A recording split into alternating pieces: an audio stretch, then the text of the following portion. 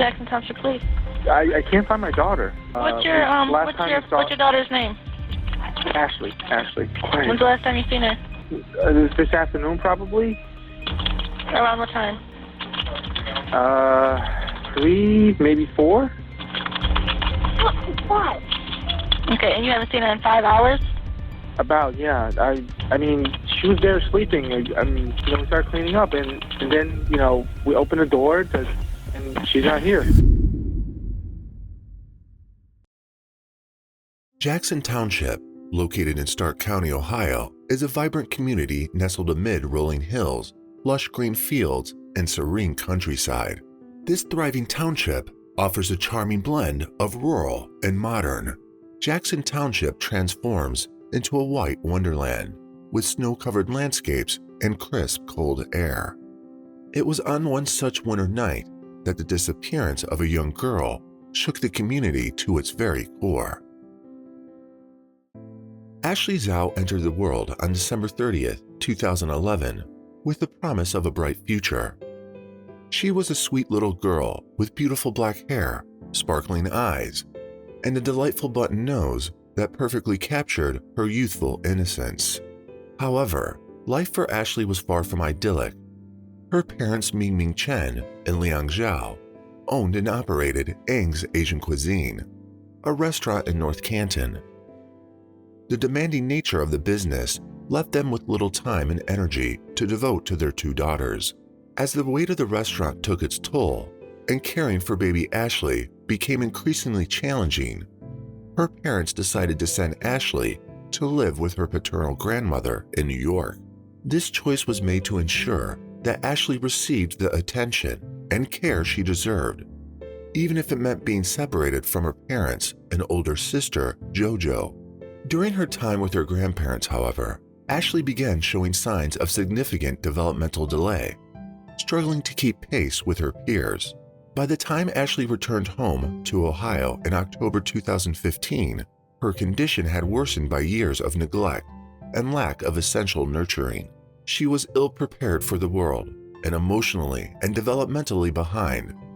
But at least she was back home where she belonged, reunited with her parents and sister. Ashley's parents, Ming Chen and Liang Zhao, shared a common Chinese background, although they grew up in different countries.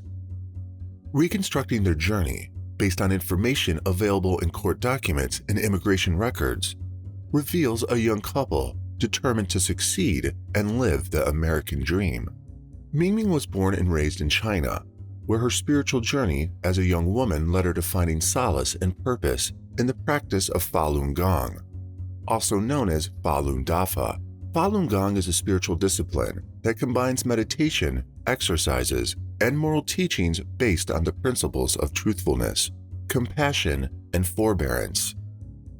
It emerged in the early 1990s in China and quickly gained popularity, attracting millions of followers who sought inner peace and spiritual enlightenment. Falun Gong faced persecution from the Chinese government as it was viewed as a threat to the authority of the Chinese Communist Party, CCP. The movement's rapid growth and independent nature raised concerns within the CCP about its influence and ability to mobilize people. While its spiritual teachings emphasized personal values and spiritual growth, were seen as competing with the CCP's ideology. As a result, the Chinese government launched a systematic crackdown of Falun Gong practitioners, including arrest, detention, forced labor, torture, and allegations of organ harvesting. Ming lived in constant fear, aware of her devotion to Falun Gong made her vulnerable to punishment by the authorities, who justified their persecution through demonizing propaganda. She was forced to flee China in August 2008 and reportedly paid $68,000 to a human smuggler to sneak her into the United States through the Mexican border, concealed in a car. In early 2009, she applied for asylum. According to Ming's statements to the U.S. immigration authorities, she was a former elementary school teacher in China and had turned to Falun Gong as a means to cope with insomnia caused by job-related stress. However, she was arrested by the police in April 2008. She claimed that the police had conducted a raid on her home and detained her for a month, where she was mistreated by the authorities and even beaten with a baton. Ming had to finally sign a statement renouncing her practice of Falun Gong to secure her release. However, the credibility of her story was questioned by immigration officials due to inconsistencies, and her asylum application was denied. Despite multiple appeals, a judge ordered Ming's removal from the U.S. in late 2009, and her case was declined for further review in 2012. Meanwhile, Ming and Liang's paths intertwined amid the hustle and bustle of his sister's restaurant in New York. Liang was helping his sister in the restaurant when, in the midst of the culinary chaos, his eyes met the enchanting gaze of Ming Chen, who was also part of the restaurant staff. Within those shared moments of hard work and dedication, an undeniable spark ignited. They fell deeply in love and got married. In the summer of 2011, the couple moved to Stark County, Ohio, to embark on a courageous venture. Nestled on Portage Street in North Canton, they opened the doors to Ang's Asian cuisine, introducing Chinese culinary flavors to the local community. Ming and Liang were the sole employees and worked tirelessly 6 days a week as customers began to frequent the place. During this time, their family expanded. Jojo was born in October 2010, followed by Ashley in December 2011. But 5 years later, the American dream was shattered when Ashley went missing. On the bitterly cold winter night of January 9, 2017, Liang Zhao called 911 in a panic just as the clock struck 9 p.m. Jackson Township Police. I can't find my daughter. What's your daughter's name? Ashley. Quiet. When's the last time you seen her? This afternoon, probably. Around what time? 3, maybe 4. Okay, and you haven't seen her in 5 hours? About, yeah. I mean, she was there sleeping. We started cleaning up, and then, we opened the door, and she's not here. His trembling voice pierced through the emergency line, desperately seeking help to find his missing daughter. Liang reported that Ashley had vanished from the back room of Ang's Asian Cuisine, their restaurant in North Canton. Ming and Liang, consumed by the demands of their long hours of work, often brought Ashley along to the establishment. She would spend her time in the back room, alternating between sleep and playful exploration. On that fateful day, Liang recounted bringing Ashley to the restaurant at 4 p.m. as the daylight faded and gently laying her down in the quiet refuge of the back room.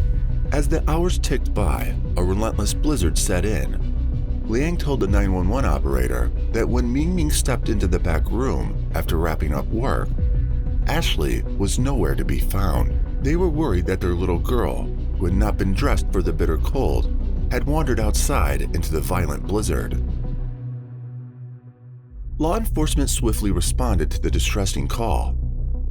Minutes felt like eternity as police vehicles screeched to a halt outside Ang's Asian Cuisine. Determined to find young Ashley, the investigators set out into the frozen expanse surrounding the restaurant. The blizzard raged on with the low hitting 6 degrees, making the search all the more perilous. Bringing with them a diverse arsenal of tools, the Jackson Township Police, led by Chief Mark Brink, spared no expense in their quest to find the missing girl.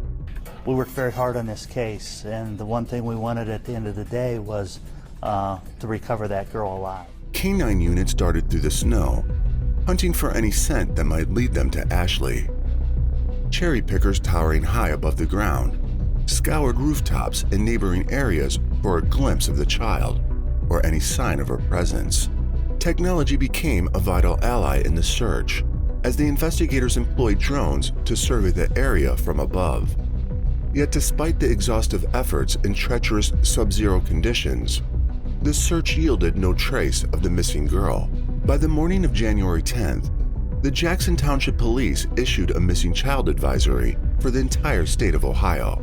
Since the outdoors had yielded no clues, the investigators turned their attention back to the very heart of the mystery, the confines of Ang's Asian cuisine. We were thinking that she possibly had gone somewhere that the parents just didn't know where to find her at within the restaurant. Looking for a place where a child might hide. Correct. Not where someone would hide a child. Absolutely. With meticulous precision, they combed through every inch of the restaurant, and it was within those familiar walls that they discovered the devastating truth. Ashley had never left the sanctuary of the restaurant. In a hidden storage area concealed within the ceiling, detectives stumbled upon a sign that would forever haunt their memories. In a massive salt container concealed under layers of salt, they discovered the lifeless body of 5-year-old Ashley.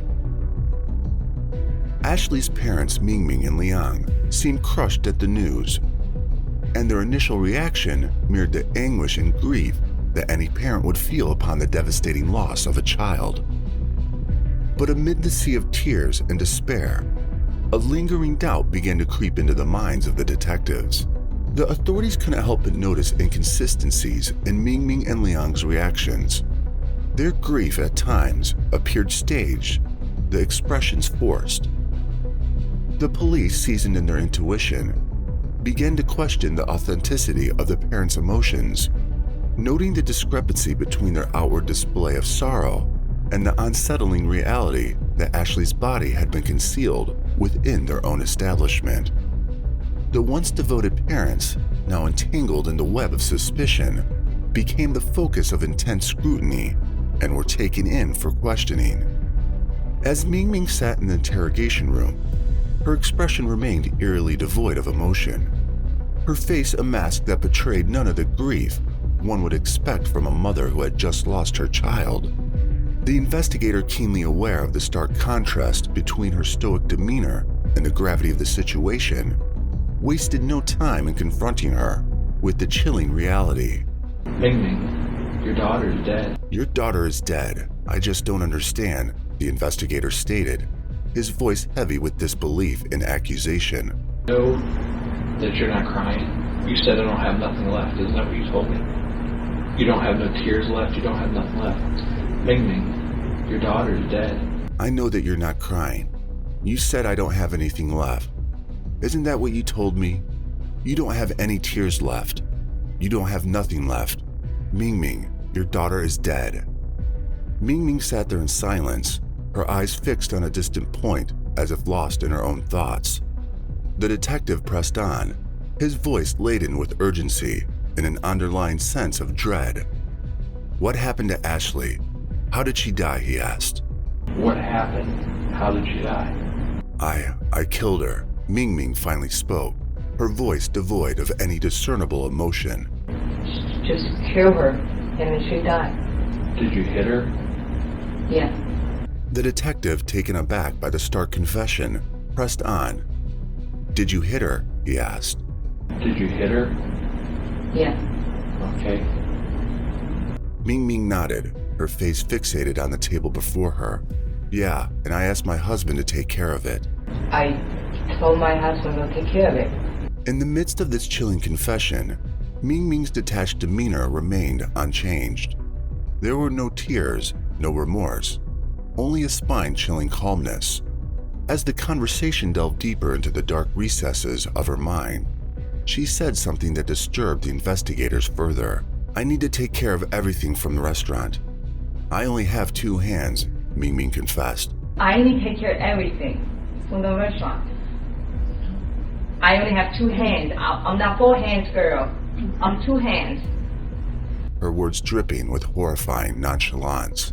I don't want to do that to Ashley, but you can't control yourself sometimes. I don't want to do that to Ashley, but you can control yourself sometimes. In the grim aftermath of Mingming's shocking confession, the investigation turned its attention to Liang Zhao. Through chilling interrogation tapes, a harrowing picture began to emerge, shedding light on the deep-seated abuse and tragic events that unfolded within the Zhao household. Liang Zhao recounted the disturbing sequence of events that unfolded on that fateful day. He revealed that Mingming harbored anger toward Ashley, due to her inability to be fully toilet trained. My wife was very angry at Ashley because she peed on her diaper and she pooped on her diaper. When Ashley accidentally soiled herself at home, Ming Ming's rage and frustration boiled over, and she resorted to violence. Liang disclosed that his wife forcefully struck Ashley's head against the carpet, not once, but twice. And my wife got angry and hit her head on the carpet, 2 times. As a result of the brutal assault, Ashley's condition rapidly deteriorated. She began gasping for air and subsequently vomited green bile. A panic-stricken Liang tried to clean up his daughter and attempted cardiopulmonary resuscitation, or CPR, hoping to miraculously revive her. And I checked her heart. It stopped beating. So I started panicking and I tried to do CPR on her. However, his efforts proved futile, and Ashley slipped away, leaving him engulfed in panic and despair. And that's when we realized she's gone. Fearing the worst, the couple hastily hatched a macabre plan. Liang believed that Jojo, being only 6 years old, would not be able to tell that Ashley was dead and would assume she was only sleeping, indirectly providing a false alibi for her parents.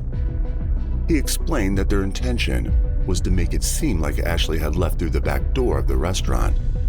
Liang admitted to later moving Ashley's body to the storage compartment near the walk-in freezer to prevent any odors, using a bussing container typically used for collecting dirty dishes.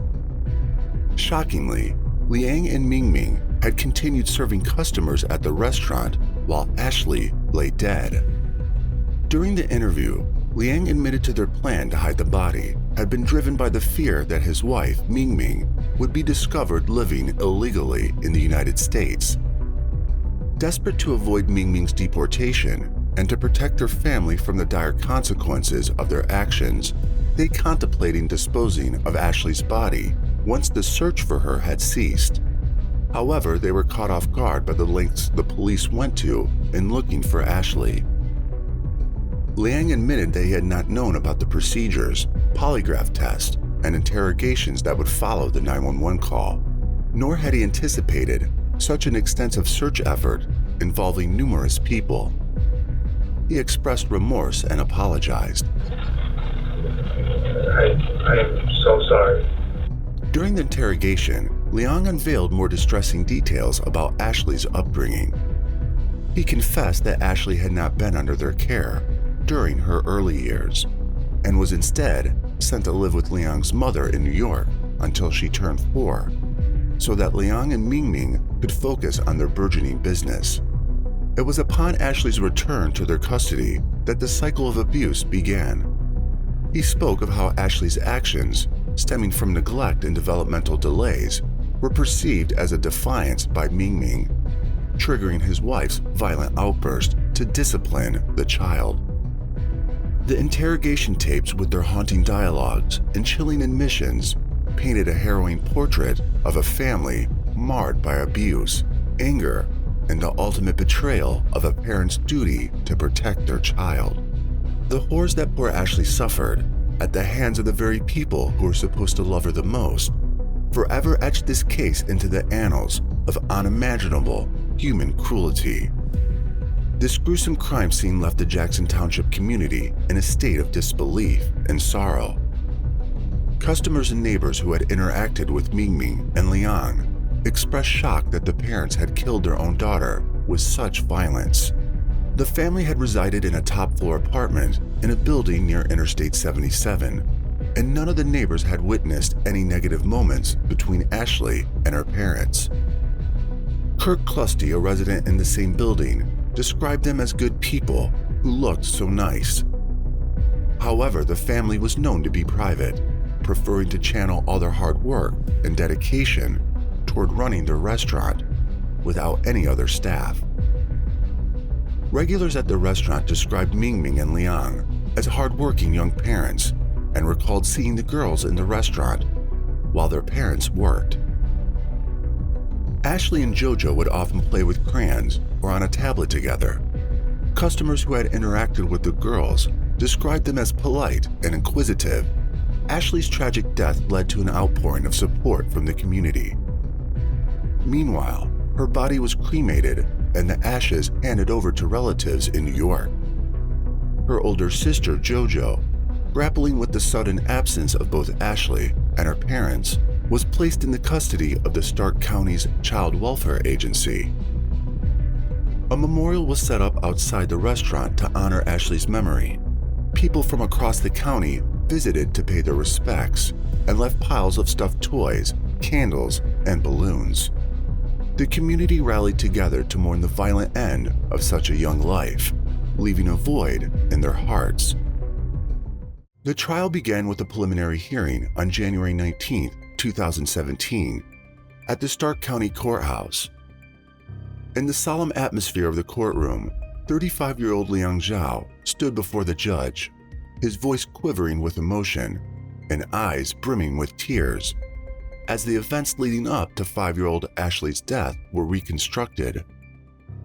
His 29-year-old wife, Mingming, sat poker-faced throughout the proceedings, interacting only with her interpreter. Court documents revealed that Ashley's parents were accused of abusing her on multiple occasions, starting from the time she moved in with them in October 2015 until her death over a year later. In September 2017, Liang, a U.S. citizen, reached a plea agreement with county prosecutors. He pleaded guilty to 2 counts of endangering children, both second-degree felonies. One count was related to the events surrounding Ashley's death, while the other was linked to previous instances of abuse inflicted upon the young girl. In addition to the charges of endangering children, Liang pleaded guilty to tampering with evidence, obstructing justice, and gross abuse of a corpse, all serious felonies. The murder charge against Liang was dismissed in exchange for testifying against Mingming. The Stark County Prosecutor's Office revealed that Liang did not directly cause the injuries that led to Ashley's death on January 9, 2017. He was fully aware of Mingming's physical abuse toward the child in the months preceding her untimely death. Assistant Stark County Prosecutor Tony Schellinger noted that there was no evidence indicating that Liang had personally abused Ashley on the day of her death or any previous point. Defense attorney Joseph Gorman, who represented Liang, acknowledged his client's failure to protect Ashley and his panicked attempt to keep his family intact, resulting in the poor decision to cover up his wife's crimes. Liang had already lost his child, and with Mingming's impending prison term, he was attempting to safeguard what remained. Nevertheless, the couple's actions spoke volumes. Liang had helped Mingming to deceitfully lie to the police and had himself reported Ashley as missing.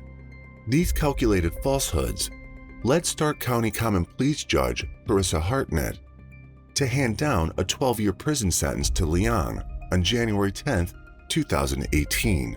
Judge Hartnett acknowledged the terrible choices made by both parents.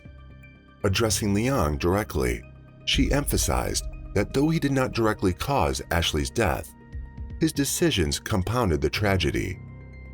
Expressing empathy, she noted that had he made different choices, he could have had the chance to be there for their surviving daughter. As Liang addressed the court, his voice trembled with grief and regret. He shared that Ashley's 6th birthday had just passed 2 weeks prior, emphasizing the profound void left in his heart. "It goes without saying that I wish the situation was different," he murmured, his words punctuated by somber pauses. "And no one's going to remember her. No one but the people in my family. I don't want to be rude, but none of you remember her. None of you." Mingming Chen was originally charged with murder, but had it reduced to involuntary manslaughter by reason of insanity. The Stark County Prosecutor's Office clarified that Ashley's murder was not premeditated, and due to this, Mingming did not qualify for the death penalty. In a press release, Stark County Prosecuting Attorney John D. Ferrero described the tragic incident as an act of anger committed by a mother who had never formed a bond with her child, since she had not raised her since infancy. He noted that Ashley was more of a burden than a blessing to Mingming. During the police interrogation, Mingming had described Ashley as defiant, saying she would push her sister when she didn't get her way. But Schellinger clarified that there was no evidence indicating that Ashley had shown any disciplinary problems. According to Mingming's defense attorney, Richard Drucker, the stress of managing the family's restaurant in Jackson Township, which operated almost around the clock, led to Mingming's violence against Ashley. Drucker acknowledged that Ashley's death was the tragic consequence of this violence. He also expressed Mingming's deep sorrow over the loss of her child and appealed for forgiveness on her behalf. During the court hearing, an interpreter also read a brief statement on Mingming's behalf, expressing her remorse for what happened to her daughter and voicing her desire to become a better person. Mingming pleaded guilty to involuntary manslaughter and other charges related to the death of her daughter and was sentenced to 22 years in prison. Her sentence includes 11 years for the involuntary manslaughter charge, 8 years for one count of endangering children, and 3 years for tampering with evidence, the maximum prison sentence for each offense. Since she had been living in the country illegally, it is anticipated that she will be deported to China after serving her 22-year prison term. Reflecting on the plea agreements, Schellinger stated that they were the best resolution for the case, given the tragic circumstances and the need to protect Ashley's surviving sister, JoJo. She characterized the case as a heart-wrenching tragedy in which a mother took the life of her daughter, while the father failed to shield the child from harm.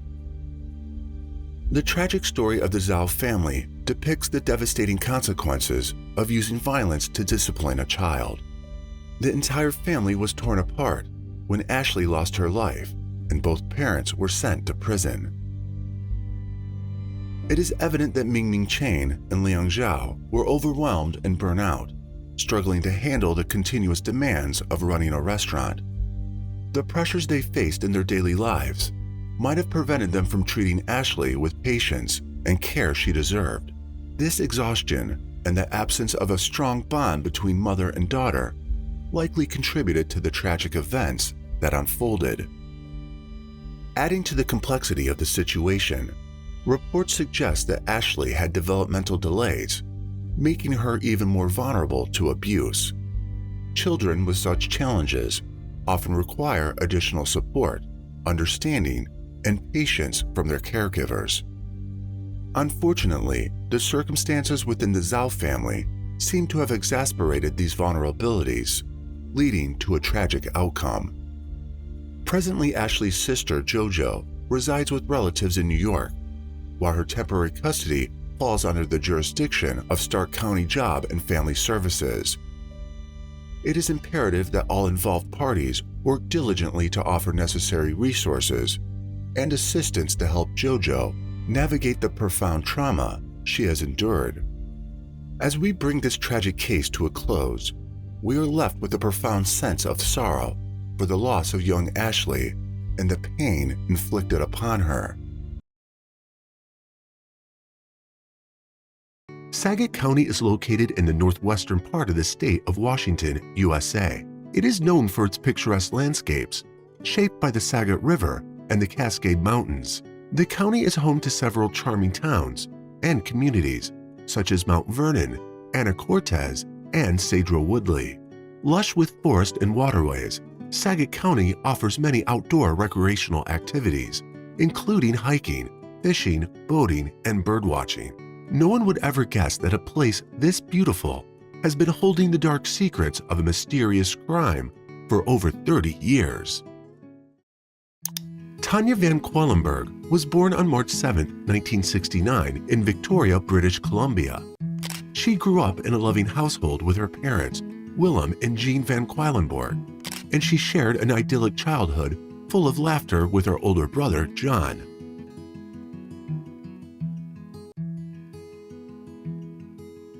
Tanya's family had a love for adventure and often enjoyed long boating trips across the beautiful Salish Sea, creating cherished memories together.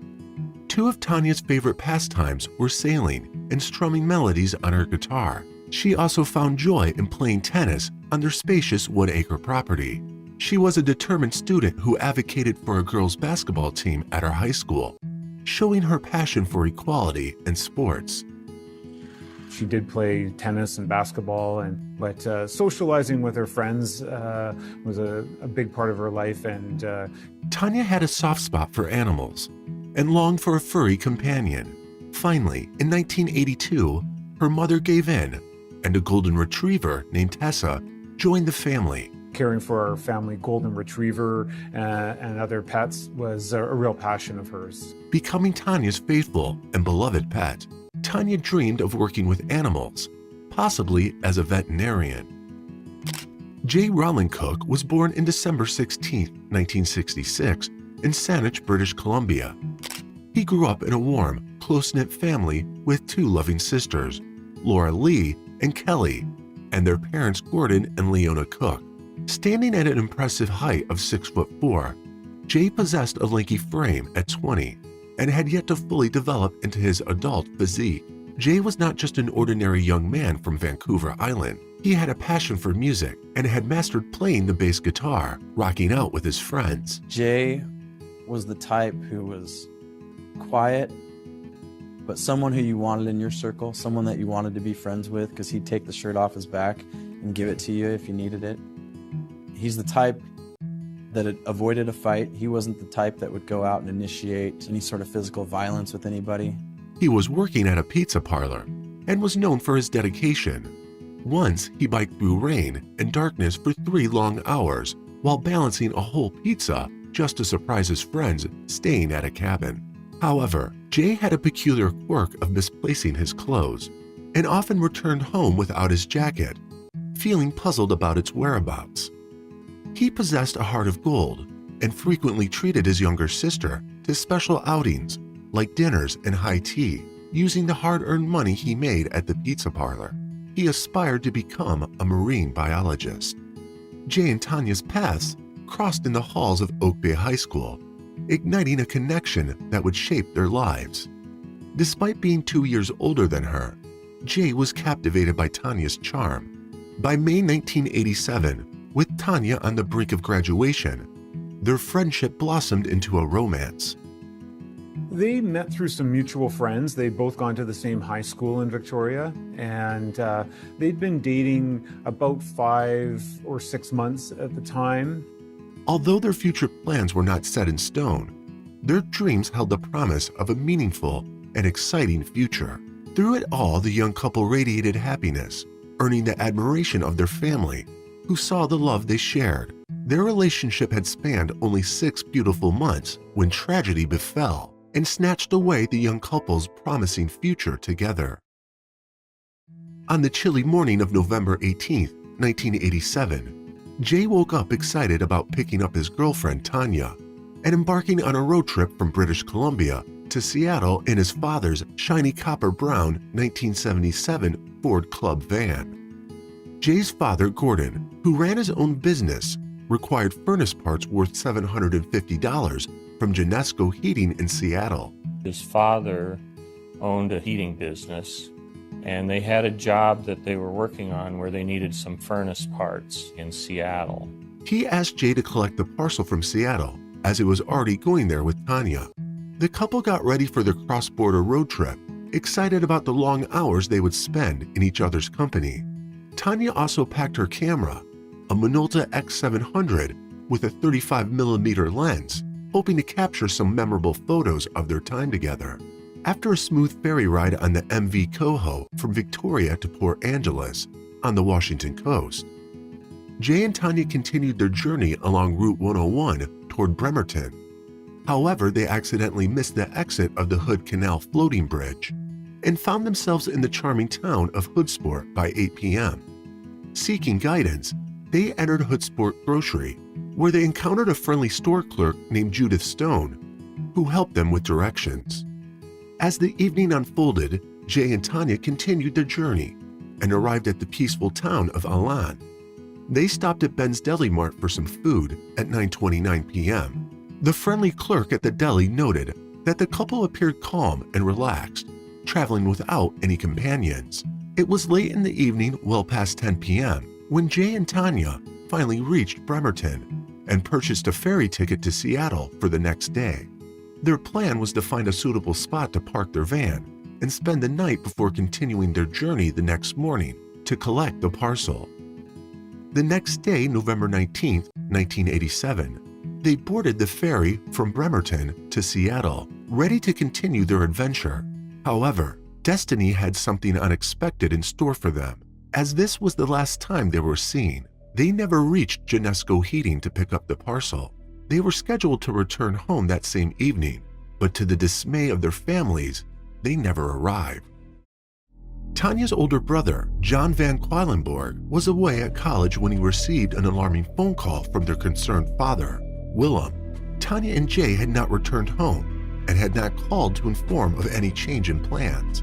My dad called and asked whether I'd heard anything from Tanya and Jay, and I think they were hoping that maybe by chance they decided to come home a different route.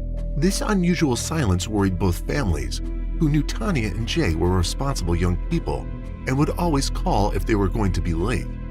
When they didn't return home, my parents were quite certain that there was something wrong. It was very out of character for Tanya to not be in communication. I mean, this was pre-cell phones at this point in time, but still the family expectation that we had at that time was if your plan was going to change like that, you had to at least phone in, tell the parents what was going on.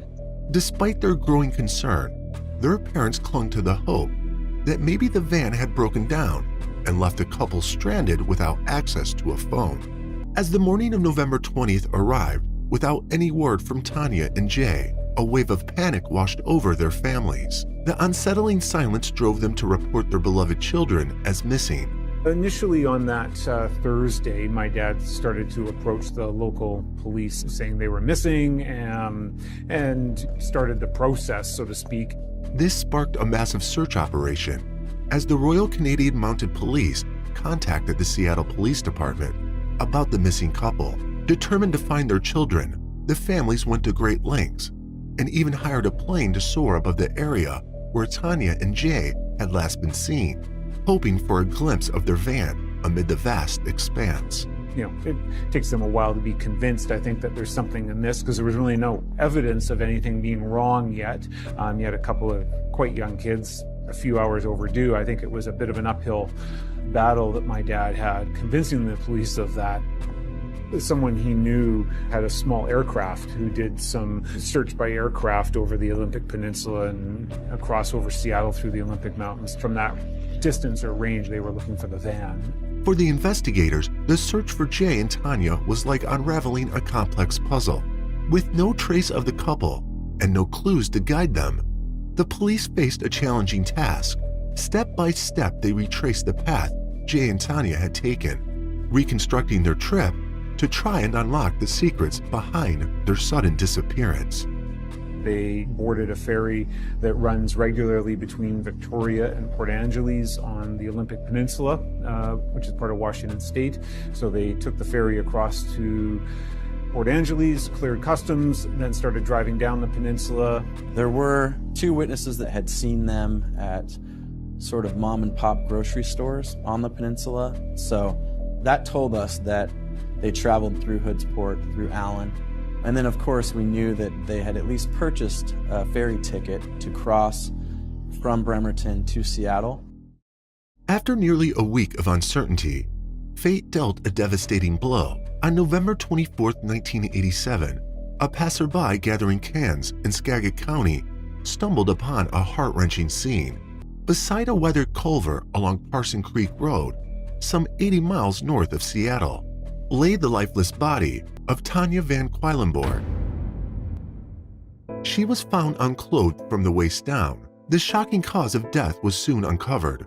A single gunshot to the back of her head, inflicted with a .38 caliber bullet. That evening, with a heavy heart, John took the somber responsibility of identifying his sister's lifeless form. My mom earlier that afternoon had received a call from the Skagit County Sheriff's Department saying that they'd recovered a body that they thought might be Tanya, but there was no identification with the body, and so they were wanting a family member to come identify the body. It was a very quiet, somber drive. Very difficult time. You're hoping that it's not Tanya, but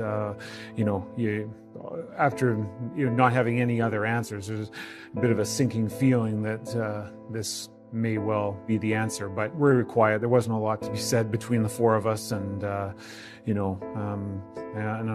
unfortunately, after we got to Cedar Woolley, and my dad and I together identified Tanya's body. She wasn't battered or beaten in that sense, but unfortunately was lifeless.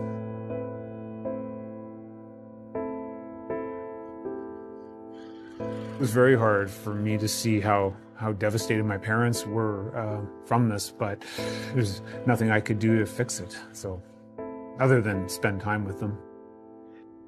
As Chief Deputy Ron Panzero of the Skagit County Sheriff's Office described, Tanya's body was found with the distressing signs of a violent attack. A trace of another person's DNA was recovered from inside her body. During the investigation, a dedicated volunteer named Jennifer Sheehan Lee discovered a shell casing from a .38 caliber bullet not far from Prairie Road. The area for about 25 feet around the body to see if anything obvious or unusual was there. I found what appeared to be brain tissue, like something had leaked out of the gunshot wound, and that was collected. Along the road, the officers found plastic ties, commonly used for bundling wires, which they believed were used to restrain Tanya in the van. At the top, just looking, found a pair of zip ties that were discarded, fairly close to the road actually. As the investigation deepened, the detectives couldn't ignore the puzzling absence of Jay in the van. Their suspicion immediately turned toward Jay as a potential suspect in Tanya's tragic murder. However, both families vehemently disagreed with this notion, as they knew Tanya and Jay were intensely devoted to each other and deeply in love. Their relationship had been filled with joy and had never exhibited any signs of trouble or violence. On November 25, 1987, a day after Tanya's body was found, a perplexing discovery shed new light on the case. The authorities located Jay's van in a bustling parking lot in downtown Bellingham in Whatcom County, 90 miles north from Seattle. The detectives scoured the surrounding area and stumbled upon a treasure trove of evidence just 2 blocks away from the van. Tanya's wallet, ID card, driving license, the van's keys, and most importantly, a box of bullets that seemed to be of .38 caliber had been discarded near the Greyhound station in Bellingham, approximately 16 miles from where Tanya's body had been found. A woman who worked at Essie's Tavern in the city of Bellingham was out on the back porch, and she and another employee found several items, namely a purse that had Tanya's identification in it. And in further searching, keys to the van were found under the porch, along with surgical gloves, a partial box of ammunition, zip ties, and a lens cap for a Minolta camera. Curiously, these items were found hidden beneath the porch of a local tavern named Essie's, adjacent to the busy Greyhound bus station. Inside the van, they made a series of unsettling discoveries. They found zip ties in Tanya's black pants, which raised their suspicions. The money order for Genesco was still inside, unused. A stained comforter and a used tampon were evidence of a distressing struggle. And we examined anything we could find inside the van. There was some blood on the middle seat, or what appeared to be a blood stain. In the back of the van, they found a pair of black pants, which appeared to be a pair of female pants. And they found a used tampon sort of back in the rear compartment near the spare tire. The presence of orange Camel cigarette butts in an ashtray hinted at a connection to a third person and possible killer in the van, since Tanya and Jay never smoked. Authorities also found a pair of surgical gloves that they believed the killer had donned to avoid leaving behind any telltale fingerprints. Also in the van were various receipts, including the ferry ticket from Bremerton to Seattle, confirming that Jay and Tanya had indeed taken the second ferry as a part of their journey. There was a fuel receipt indicating that the couple had stopped to purchase fuel along the road between Port Angeles and Bremerton. These findings provided valuable clues and helped the investigators piece together the timeline of their travels. However, one significant item was missing: the Minolta X700 35mm camera that Tanya had brought along their journey. Tragically, on November 26, 1987, a group of pheasant hunters made a grim discovery: the lifeless body of Jay Cook, concealed under the majestic high bridge overlooking the Snoqualmie River in Snohomish County. His head and torso were carefully covered with a blue blanket, and investigators who gently unveiled the blanket were met by a horrifying sight. His upper body was covered in a blue fleece blanket, so you couldn't see a lot at first, other than his legs sticking out from the blanket. They start to remove the blanket, and they quickly realize that there's a lot of blood. He has numerous wounds on his head, on his ear. It appears there's a ligature. Jay had suffered severe head injuries from a beating, and his life had been cruelly cut short by strangulation with twine tied to 2 vivid red dog collars. On top of that, a pack of Camel Lights and some tissues had been forcefully pushed down his throat. They tied twine and a dog collar around his neck and strangled him, and they'd also beat him in the head with rocks. It was a very violent murder. They could see in his mouth at the time was what appeared to be a pack of cigarettes. There was a tissue that was stuffed down Jay's throat. Sergeant Robert Bart from the Snohomish County Sheriff's Office noted that Jay's hands had been bound with plastic ties, similar to the ones found near Tanya's body, which is often a sign of an individual with a criminal past. What added to the intrigue was the location where Jay's body had been found in Monroe Honor Farm, just a few miles away from Monroe Correctional Prison. Detective Jim Scharf of the Snohomish County Sheriff's Office had a sinking feeling that the perpetrator could be a seasoned predator, even a serial killer. The search for the double murder posed a daunting challenge to investigators and forensic scientists. The 4 crime scenes were spread across 3 counties: Saget, Snohomish, and Whatcom. A small glimmer of hope emerged when the bullet casing discovered near Tanya's body was found to match the bullets recovered at the tavern in Bellingham. Unfortunately, the murder weapon used to shoot Tanya remained elusive. Among the various leads that were found at the crime scene were blood-stained rocks that investigators had meticulously collected from the surrounding grass where Jay's body had been found. Forensics also discovered a palm print on the back of the van, which they hoped belonged to the killer. In their search for clues, the police focused on the black pants found in the van. They sent the pants to the medical examiner's office for analysis, hoping to uncover a new lead. Upon examination, forensic experts found traces of bodily fluid on the pants. More significantly, the DNA profile obtained from the bodily fluid did not match Jay's, but it did match the unknown DNA recovered from inside Tanya's body. Investigators believe that this mysterious DNA sample was their link to the murderer, referred to as Individual A. The investigation faced a significant challenge as the only evidence leaking all 4 crime scenes were the plastic zip ties discovered near Tanya's and Jay's bodies, as well as under the porch and inside the van. Detective Scharf believed these zip ties were part of the killer's sinister toolkit for committing his heinous acts. Tanya and Jay, described as a mild-mannered and soft-spoken, were not seeking conflict with anyone. The devastating impact of their loss was felt deeply by both families. In a desperate attempt to bring the killer to justice, Tanya's family offered a reward of $50,000 for any valuable information. Although tips poured in from far and wide, none of them yielded the breakthrough they were hoping for.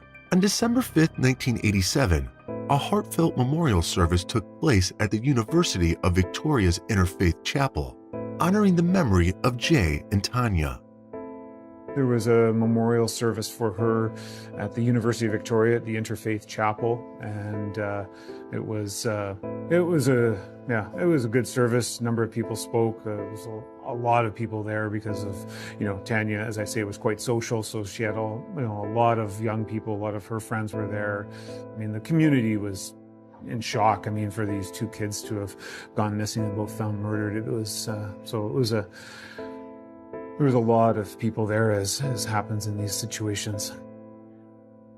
So hard to understand, so hard to fathom how you could, raise kids like that, and then for no apparent reason then, and really as of today, still no apparent reason, have them taken in such a brutal way. So it was just devastated both of them, and it changed their outlook on life, and definitely had a massive impact on them.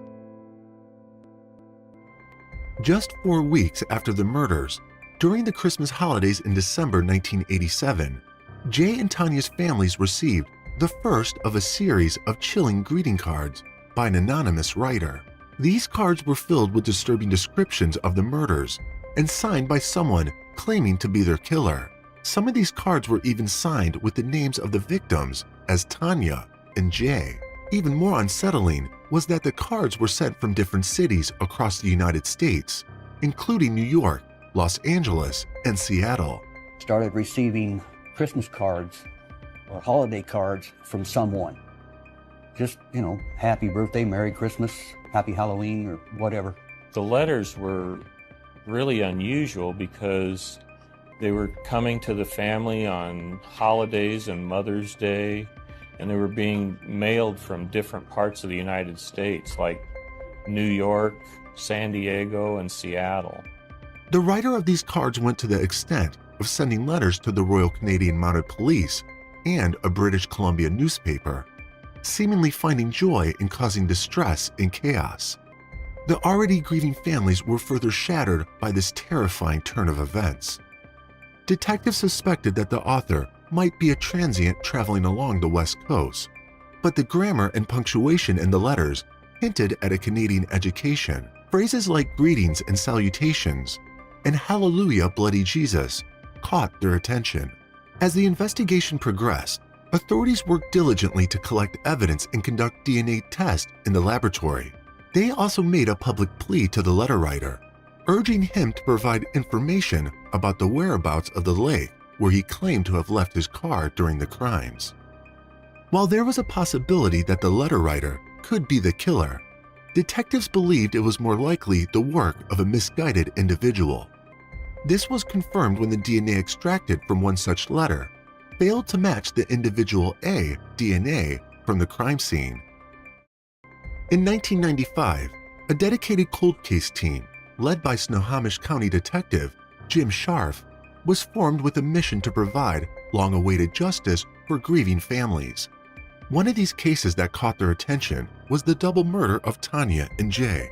It was then that a new name emerged for a potential suspect, Charles Thurman Sinclair. Charles Sinclair was a notorious figure in western United States, earning the chilling nickname of the coin shop killer.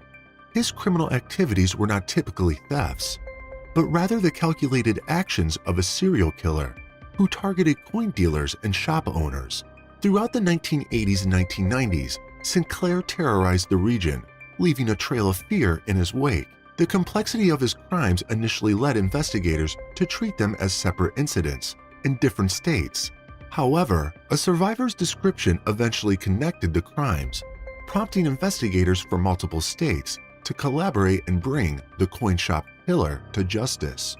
Sinclair was finally arrested in Alaska in 1990, prompted by a survivor's description, but passed away later that year from a heart attack. Sinclair was suspected of being involved in 11 homicides, but his sudden death meant that the true extent of his crimes could never be revealed. The detectives working on Jay and Tanya's cold case initially believed he might be connected to the double murder, given the circumstances of the killing in 1987. However, unlike other serial killers, Sinclair's motive was primarily financial gain by targeting coin shops and dealers for money. In Tanya and Jay's case, all the money they had been carrying, including Tanya's wallet and the money order in the van, had been left untouched.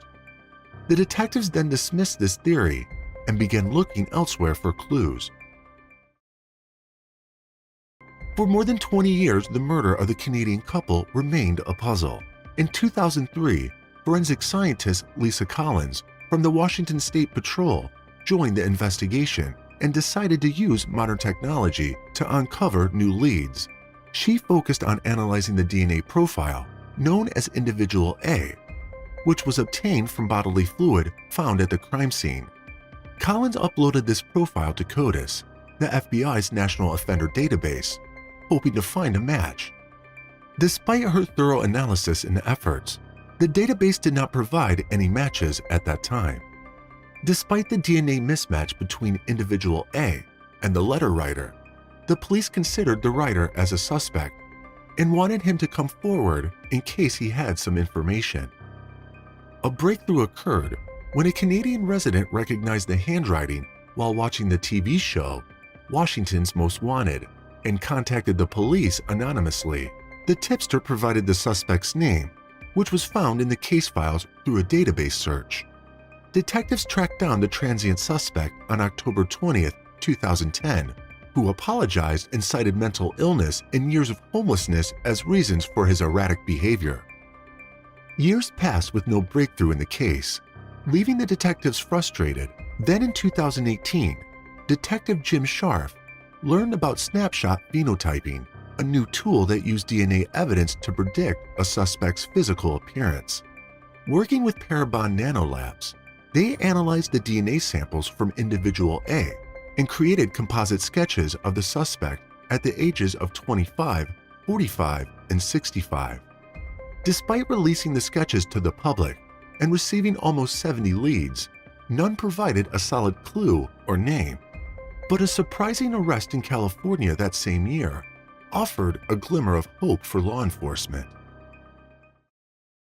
A dangerous criminal who went by various names, such as the Visala Ransacker, the Original Night Stalker, and the Diamond Knot Killer, had been causing fear and terror in California for a long time. Spread across 15 different areas, his crimes amounted to more than 50 assaults and 13 murders.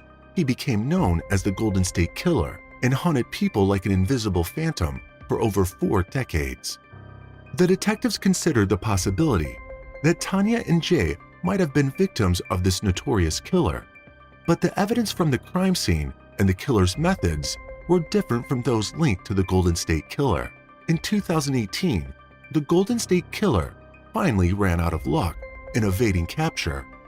Using a genetic database called GED Match, investigators identified Joseph James D'Angelo Jr.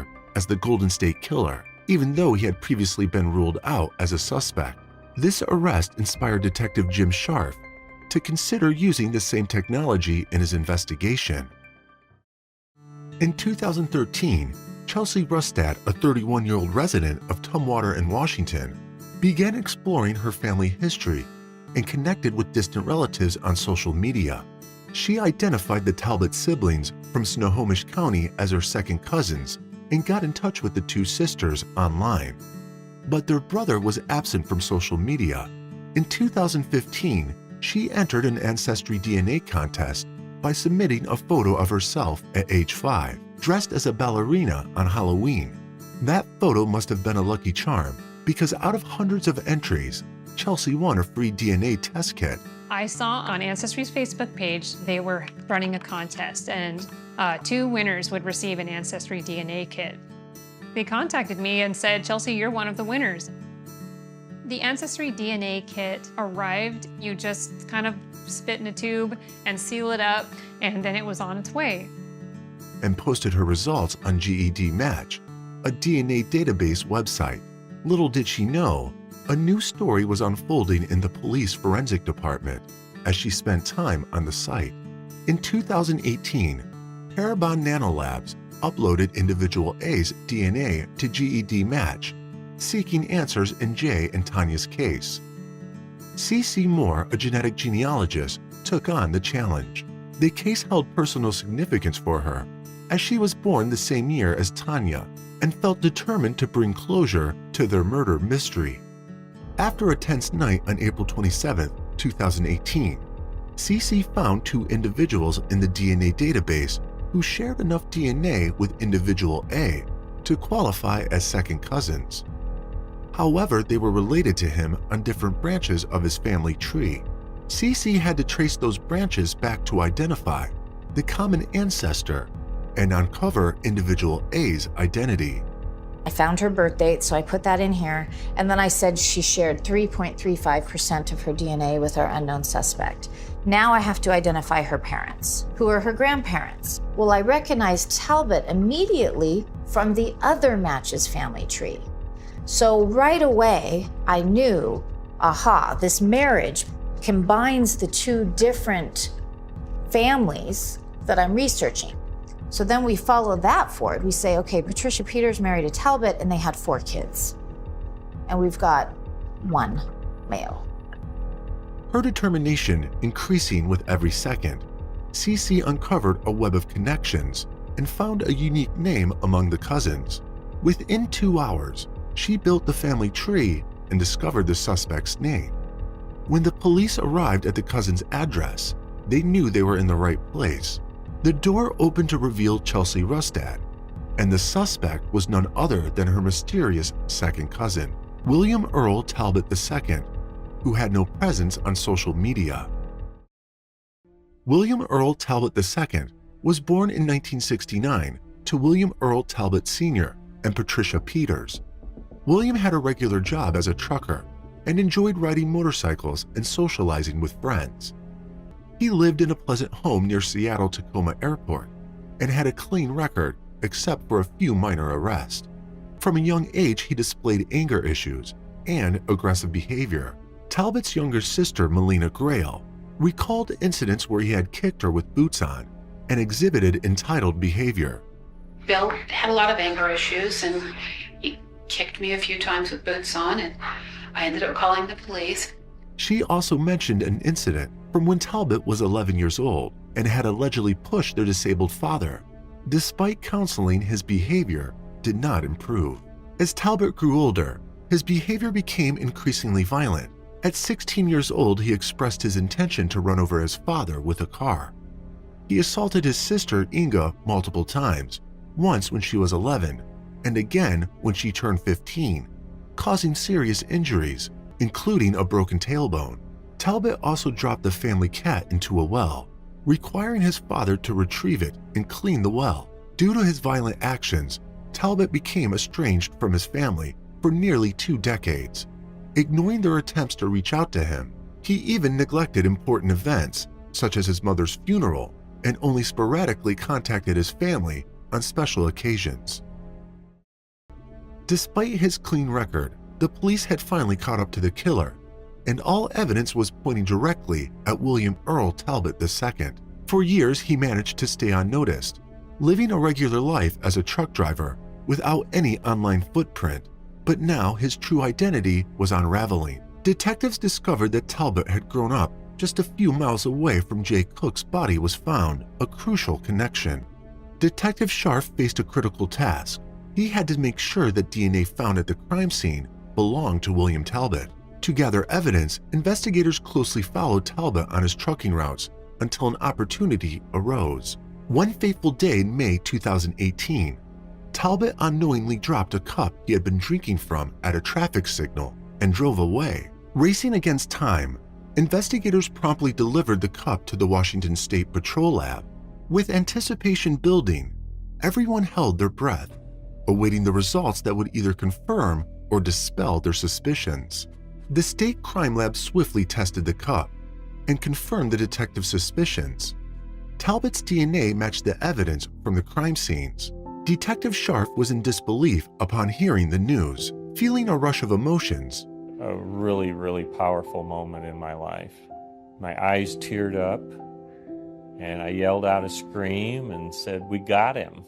After nearly 3 decades of anguish and years of relentless work, they had the killer at last. On May 17, 2018, around 6 p.m., William Talbot II was arrested. He was charged for kidnapping, assault, murder, and robbery in Saget County Superior Court for the death of Tanya Van Queilenberg. Later on June 15, 2018, the charge for Jay Cook's murder was added in Snohomish County Superior Court, as confirmed by Snohomish County Sheriff Ty Trinery. The trial of William Talbot began on June 11, 2019, in Snohomish County Superior Court. He pleaded not guilty to 2 counts of aggravated murder.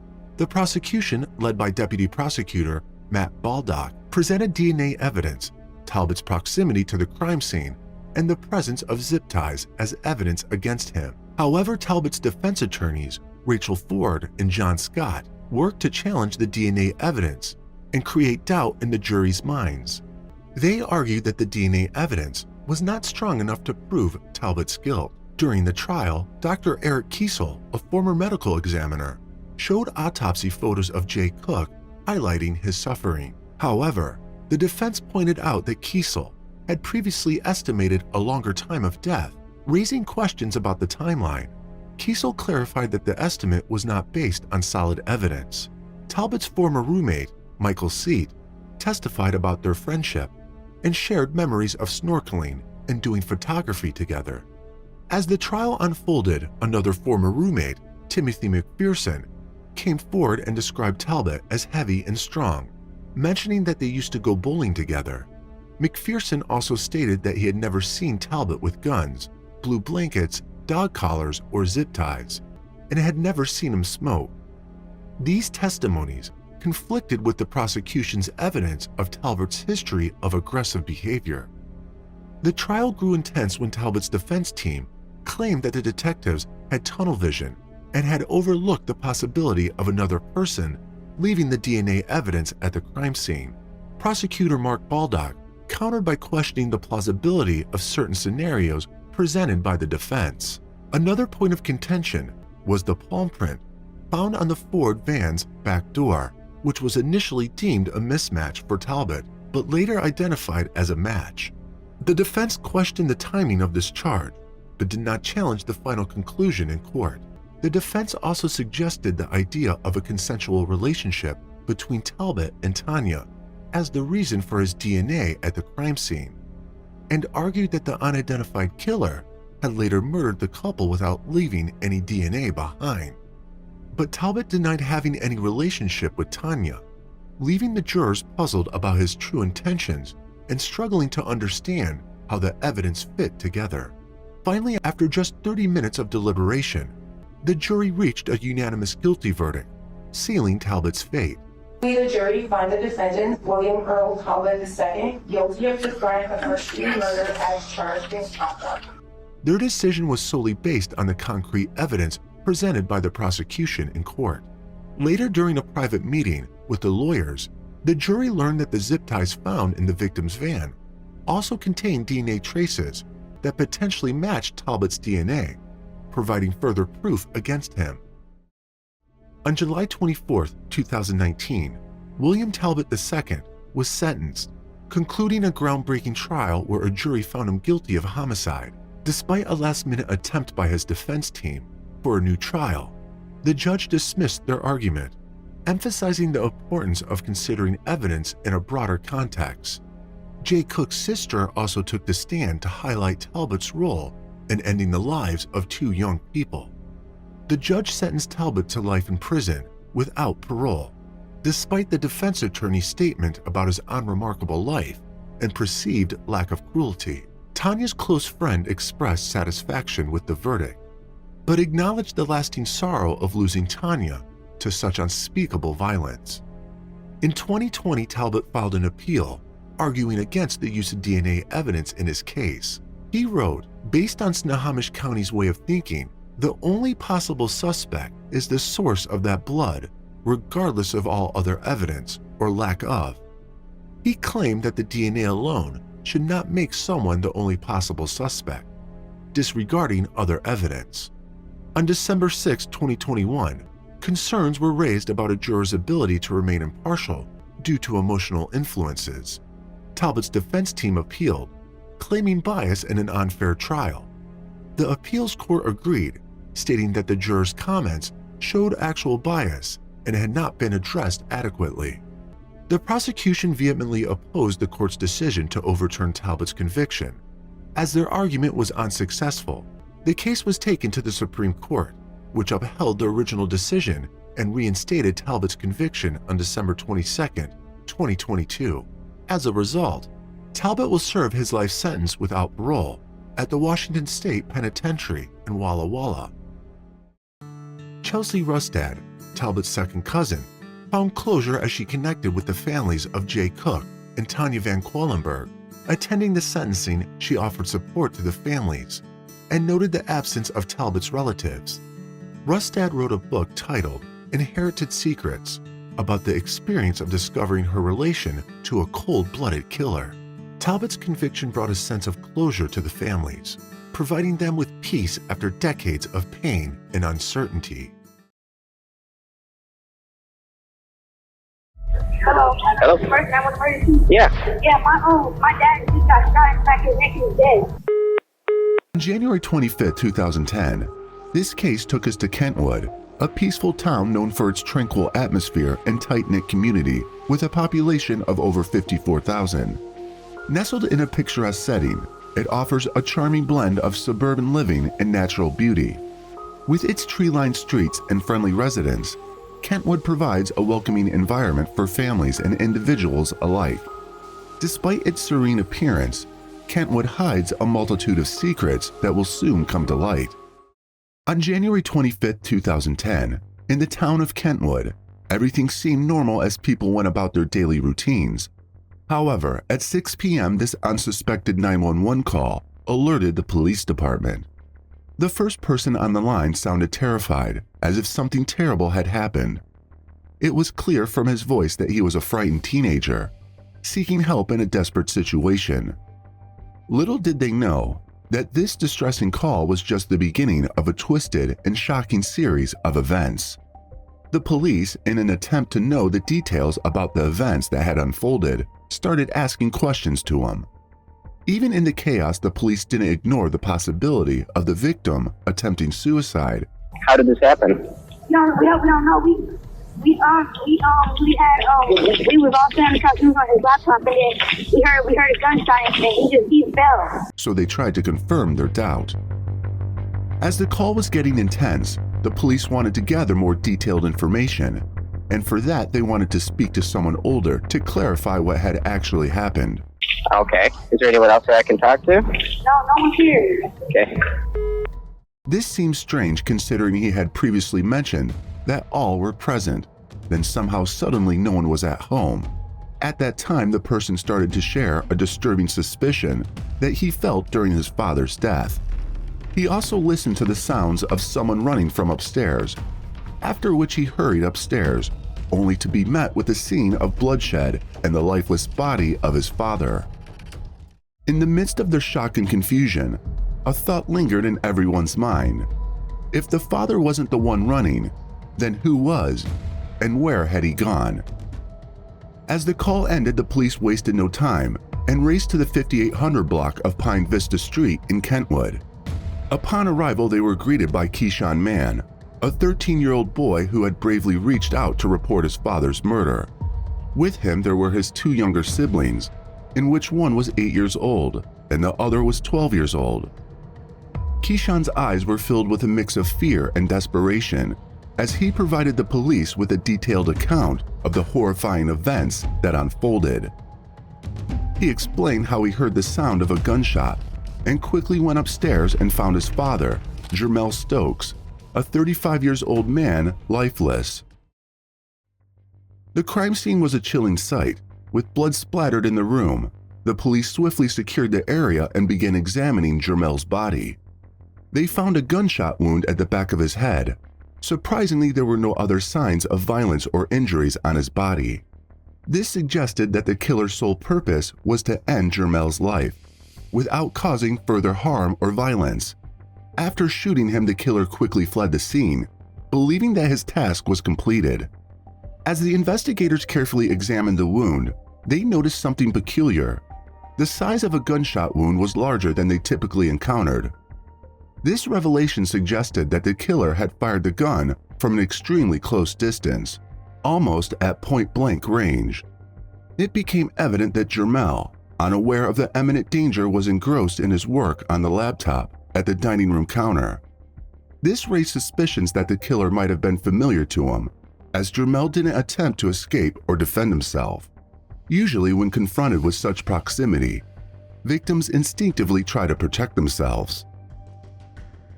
The stage was set for an investigation to uncover the truth behind this tragic and disturbing crime. The police carefully searched the entire crime scene and thoroughly examined the house, hoping to find any clue left behind by the killer. While searching the cupboard of Jermel's room, they discovered 2 handguns. They believed that both guns belonged to Jermel, but it appeared disturbing because one of them had a missing bullet and traces of gunpowder on it, suggesting it had been recently fired. The other gun was fully loaded and appeared untouched. This raised suspicions because if the killer had used the gun to kill Jermel, it seemed unlikely he would have had enough time to put it back in the closet before leaving. Another questionable point arose when Keyshawn, during the 911 call, stated that Jermel had no guns. Okay, did he do this to himself? I don't know. No, he didn't do it himself because he just had no gun. It made the investigators wonder how Keyshawn could be so sure whether or not Jermel had guns. The gun was immediately sent for testing, in hopes that there would be any clues that could give them hints about the predator. That's when, after learning about Jermel's death, Keyshawn's mother, Lakeisha Mann, who was Jermel's fiancée, returned home. The police found it strange that the fiancée took a long time to come back home. Even though she was in the same town, as usually the spouses rush back if they get any information about their partner's demise. The investigators decided to question her, hoping to gather more information about Jermel's past, his possible enemies, or any insights on who could be responsible for his murder. However, she claimed to know very little about his past. It was revealed that Keyshawn was not Jermel's biological child, but rather his stepchild. The conflicting statements and confusing information puzzled the investigators, leaving them with a sense that something was being concealed. They recognized the need to delve into the family's background and gather more information. The police discovered that Keyshawn's mother had gone through a difficult divorce from his father, who was her first husband. However, the details about their relationship were not available to the public. As a single mother, she longed for love and respect, and that's when she found Jermel Stokes. He became a companion and a father figure to her sons, including Keyshawn. They decided to take the relationship to the next level, and soon Lakeisha and her 3 sons moved in with Jermel. On the other hand, Jermel already had children with multiple women. He had a 4-year-old and a 9-year-old with one woman, a 10-year-old with another woman, and an 11-year-old and 12-year-old with yet another woman, as revealed in paternity and child support documents. State police records showed that Jermel had a previous felony charged for carrying a concealed weapon back in 1993. Additionally, he had pleaded guilty to a misdemeanor charge for possessing a taser in 2003. Despite his troubled past, Jermel embarked on a new chapter in his life, with Lakeisha and her 3 sons, aiming for a fresh start and a blended family. Everything seemed to be going well in his new family life. Even though Keyshawn was not his biological child, Jermel made an effort to establish a strong connection with him as a stepfather. He took on the role of a father figure, filling the void left by Keyshawn's absent biological father. There were no indications of any problems within the family, as there was no previous reports or information suggesting any issues or conflicts. The police investigation into the murder of Jermel Stokes initially found no apparent motive or history that could explain the tragic event. They didn't find any clues or suspicious information about the family. Also, no one was a suspect, which clearly made it a mysterious case. However, Detective Mattis couldn't shake the feeling that there must be a reason behind every killing, even if it wasn't immediately evident. Despite initially ruling out the family's involvement, the investigators were unaware of the hidden secrets and darker truths lurking beneath the surface of their seemingly perfect family. The police shifted their focus towards finding someone who may have had a personal motive or grudge against Jermel, possibly responsible for his murder. They started by questioning the neighbors, urging them to recall any unusual activity or if they saw anyone running away from the house on the evening of January 25, 2010. The neighbors, still shaken by the tragic event, admitted hearing the sound of a gunshot, but did not witness anyone fleeing from the scene. The police extended their inquiries to Jermel's friends and relatives, hoping for additional leads, but unfortunately they hit a dead end. There were no apparent clues to follow, no evidence left behind, and no traces of blood or fingerprints at the crime scene, making it challenging for the investigators to suspect anyone. Finally, the results of the gun testing came back, uncovering a shocking truth that left everyone stunned. The fingerprints found on the gun, used to kill Jermel, belonged to his own stepson, Keyshawn. It was an unexpected revelation that shook those who knew the family well. This revelation added a perplexing twist to the case, as Keyshawn had been the one to call the police in distress, reporting his father's shooting.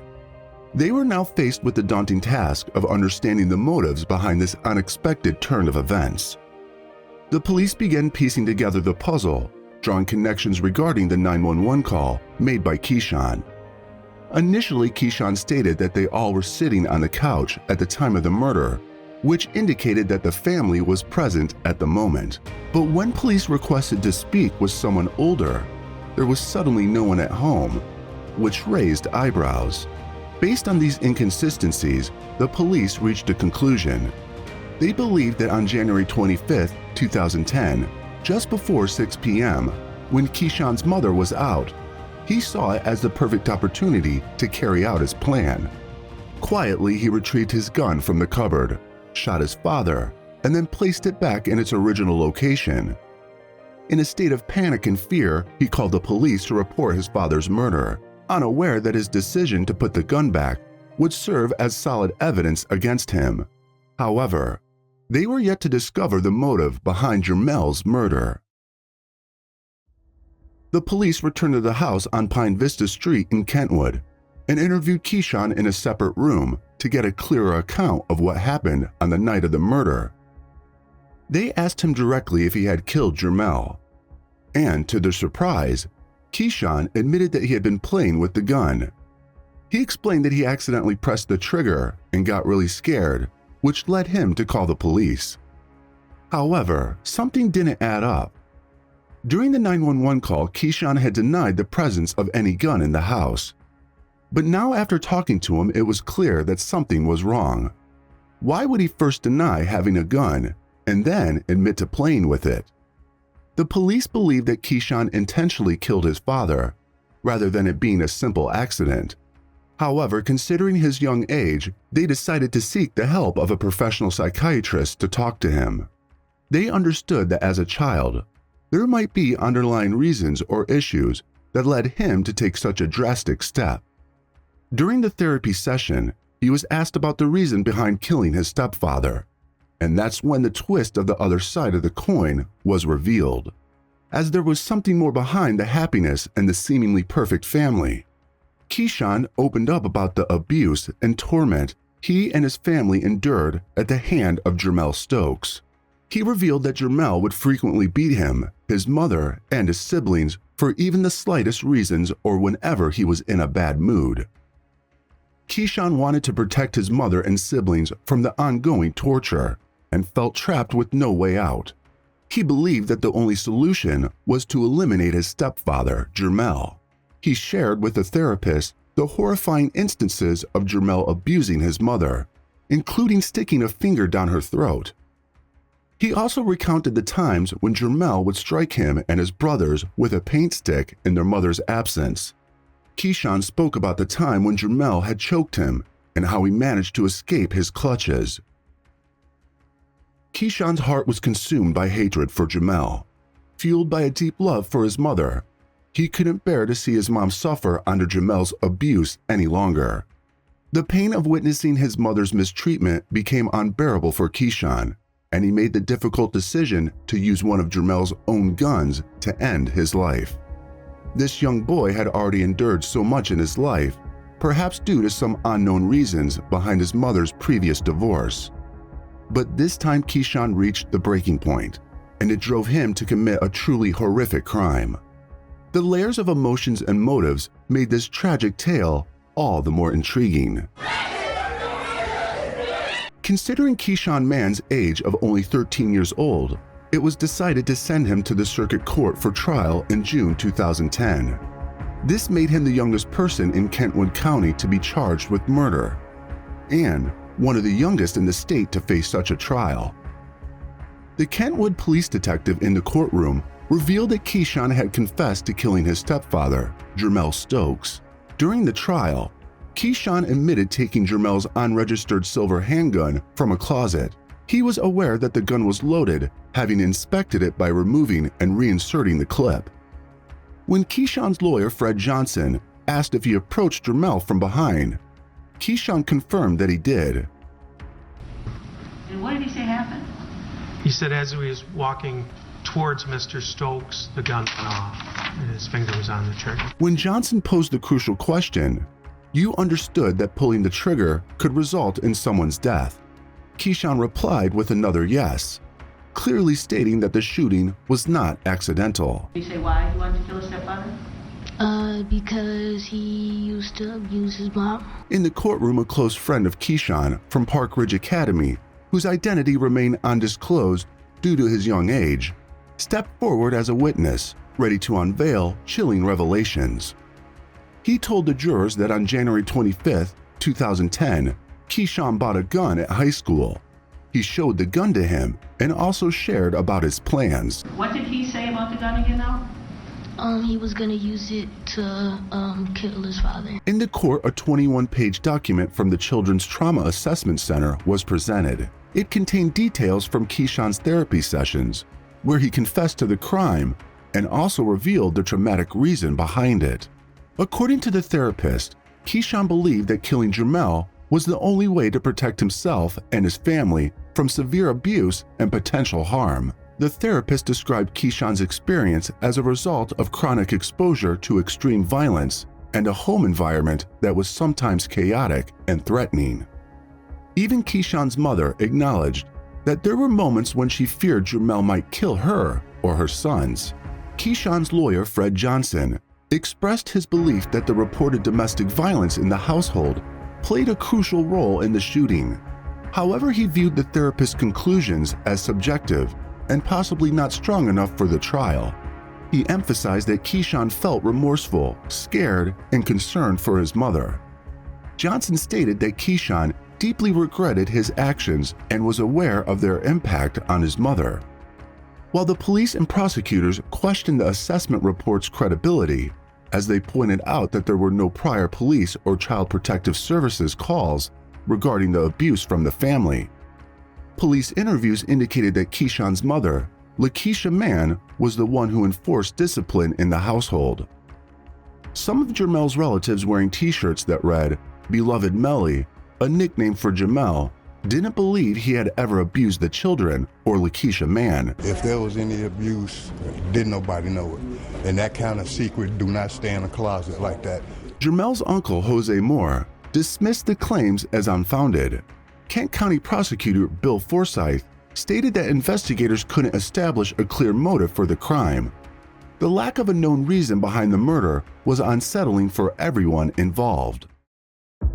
After carefully considering all the evidence and hearing the details of the case, Judge Daniel Zemaitis sentenced Keyshawn to serve the next 8 years until he turns 21 at the Muskegon River Youth Home, a juvenile facility located approximately 110 miles away from Grand Rapids, as he pleaded guilty to second-degree murder for killing Jermel Stokes. If Keyshawn completed this term, he would be released in 2018. However, there was also a possibility of facing a different sentence that could result in his transfer to an adult prison, ranging from a minimum of 162 months up to life.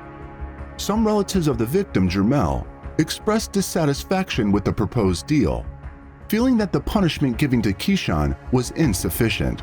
Jermel's sister, Keyshandrea Stokes, stated that her brother was 35 years old and that she believed that Keyshawn should serve a sentence of 35 years in prison. She felt that justice was not being served. Jermel's aunt, Annette Moore, also voiced her opinion that the ruling allowing Keyshawn to return to regular life was unfair. She believed that Keyshawn committed a serious crime and should receive an adult sentence, as she did not think he was mistreated. Moore voiced her dissatisfaction with the fairness of the current sentence, but the verdict had already been announced and couldn't be changed, so there was no other way but to accept it. However, after 3 years on February 13, 2013, Keyshawn, now 16 years old, appeared in court for a progress evaluation during his time at the Muskegon River Youth Home. Reports indicated that he was doing better than average in the facility. While he was in a secure section, he was able to attend classes and counseling sessions. The administrators at the youth home assessed his performance as a 4 on a 1 to 5 scale and noted that he was making significant progress. They even observed that Keyshawn had been able to handle his anger, emotions, and frustrations in a positive manner, displaying appropriate coping skills. Keyshawn spoke briefly in court, expressing his gratitude for his family's support and apologized for his actions. He acknowledged that he made a significant mistake and emphasized that he was committed to learning from it. His attorney, Johnson, stated that Keyshawn was determined to do his best, regardless of the circumstances. There were plans for Keyshawn to graduate from the youth home educational program as a junior and continue with college credit courses. On December 6, 2017, birthday balloons floated in the Kent County courtroom as 21-year-old Keyshawn Mann celebrated his birthday and his release from the Muskegon River Youth Home. After over 7 years of being incarcerated for second-degree murder, Keyshawn was set free. Judge Daniel Zemetis, overseeing Keyshawn's progress through the periodic review hearings, decided to grant him his freedom. Addressing Keyshawn during the final hearing, the judge expressed confidence in his readiness to embark on a new chapter of success in the community. Friends and family members filled the courtroom, and Keyshawn shared an emotional hug with his mother, Lakeisha, when the judge made the announcement. Kent County Assistant Prosecutor Vicki Siddell praised Keyshawn as a positive example for other young people in the program. She described him as a role model for the prisoners and said he had fulfilled his responsibilities. Keyshawn had been studying through online courses at Mid-Michigan Community College for around 18 months, and his family members shared that he had aspirations to further his education, potentially at Grand Rapids Community College. In 2017, Keyshawn met with Jermel Stokes' father to clear things up, and it went well. According to Kent County Probation Officer Dan Corey, Mr. Stokes expressed his desire for Keyshawn to live a productive life. Keyshawn acknowledged that it had been a long 7 years, but he made significant improvements in his life. He expressed gratitude for the opportunity to become a better person. Jermel's aunt also forgave Keyshawn for his actions, understanding that he was just a young boy at the time. She recognized that Keyshawn acted out of fear and believed he deserved a chance to rebuild his life. Kansas City is located in the western part of the state of Missouri. With a population of more than 500,000 people, it is the largest city in Missouri. One of the city's most iconic landmarks is the Kansas City Power and Light District, which offers an array of restaurants, shops, and entertainment venues. Visitors can also explore the city's vibrant art scene at the Nelson Atkins Museum of Art and the Kaufman Center for the Performing Arts. However, amidst all this beauty and excitement, it's hard to forget the shocking crime that once occurred in this very city. Back in the 1950s, in the wealthy Mission Hills neighborhood of Kansas City, a multimillionaire named Robert Greenlease Sr. had everything one could ever ask for. He was a car dealer who owned dealerships across the country. He had made his fortune by introducing General Motors vehicles to the Great Plains in the early 20th century. On February 3, 1947, at the age of 65, his life changed forever with the birth of his son, who he named Robert Bobby Cosgrove Greenlease Jr. Bobby's mother, Virginia Pollock, was Robert's second wife. The Greenlease family lived in luxury and were devoted to their beloved Bobby. He was not an only child, but he had an elder sister named Virginia who was born in 1941. He also had a half-brother named Paul, who was born in 1917. Paul was Robert's son from his first marriage. In 1953, at the age of 6, Bobby was attending the prestigious Notre Dame de Sion, a private Catholic school located at 3823 Locust Avenue in Kansas City. There he learned and grew with his peers. Everything was going fine, and the future looked bright for Bobby. However, fate had other plans for the young boy and his family. The morning of September 28, 1953, was like any other day at Bobby's school, Notre Dame de Sion. However, little did anyone know that this day would soon take a tragic turn. At around 11 a.m., Sister Moran, the nun on duty for the day, opened the school door and she was greeted by a plump woman claiming to be Bobby's aunt.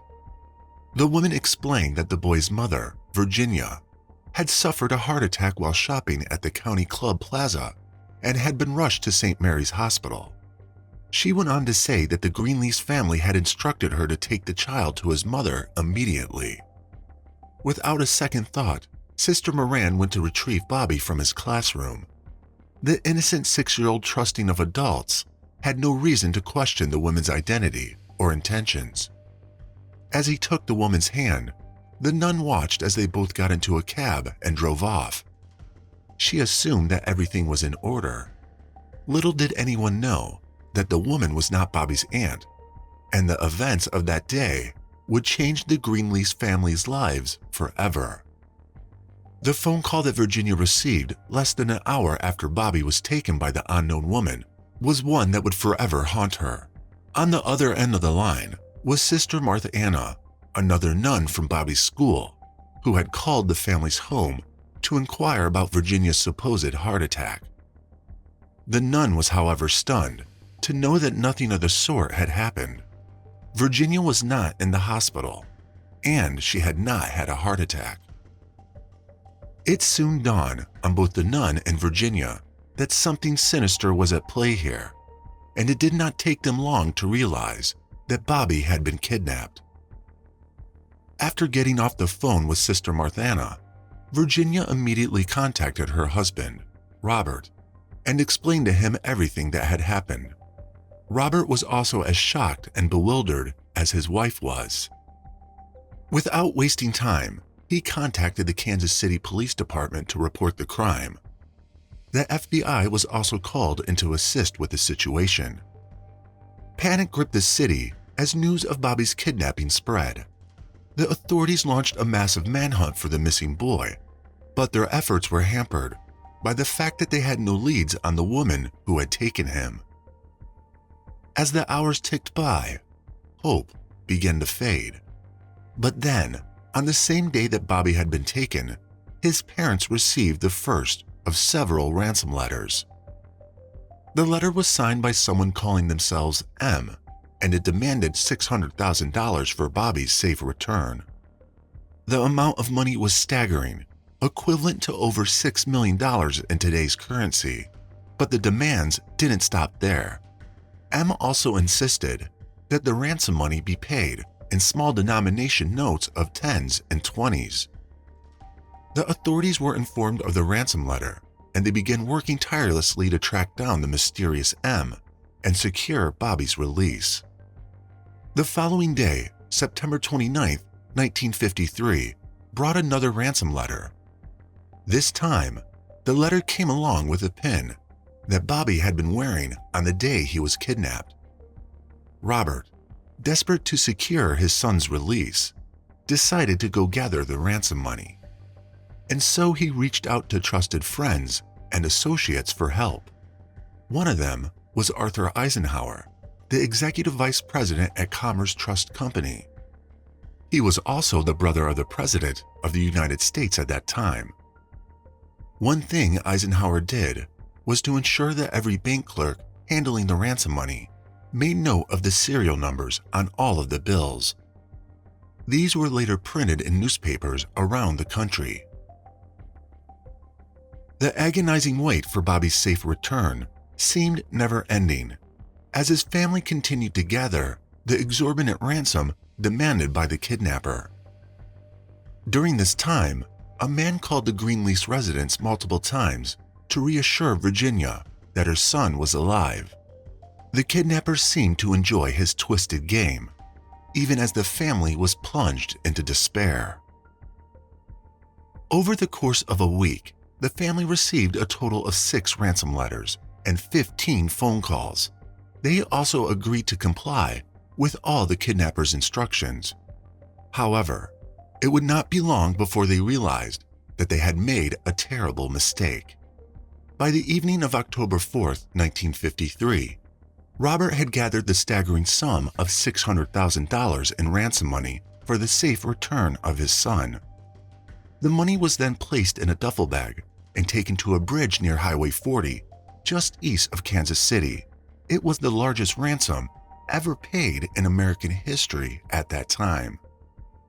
Early the next morning, the kidnappers made contact with the Greenleases to confirm that they had retrieved the money and that Bobby would be returned within 24 hours.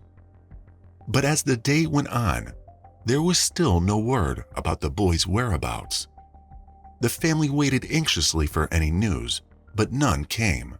The Greenleases were left to wonder if their son was alive or if they had been betrayed by the kidnappers.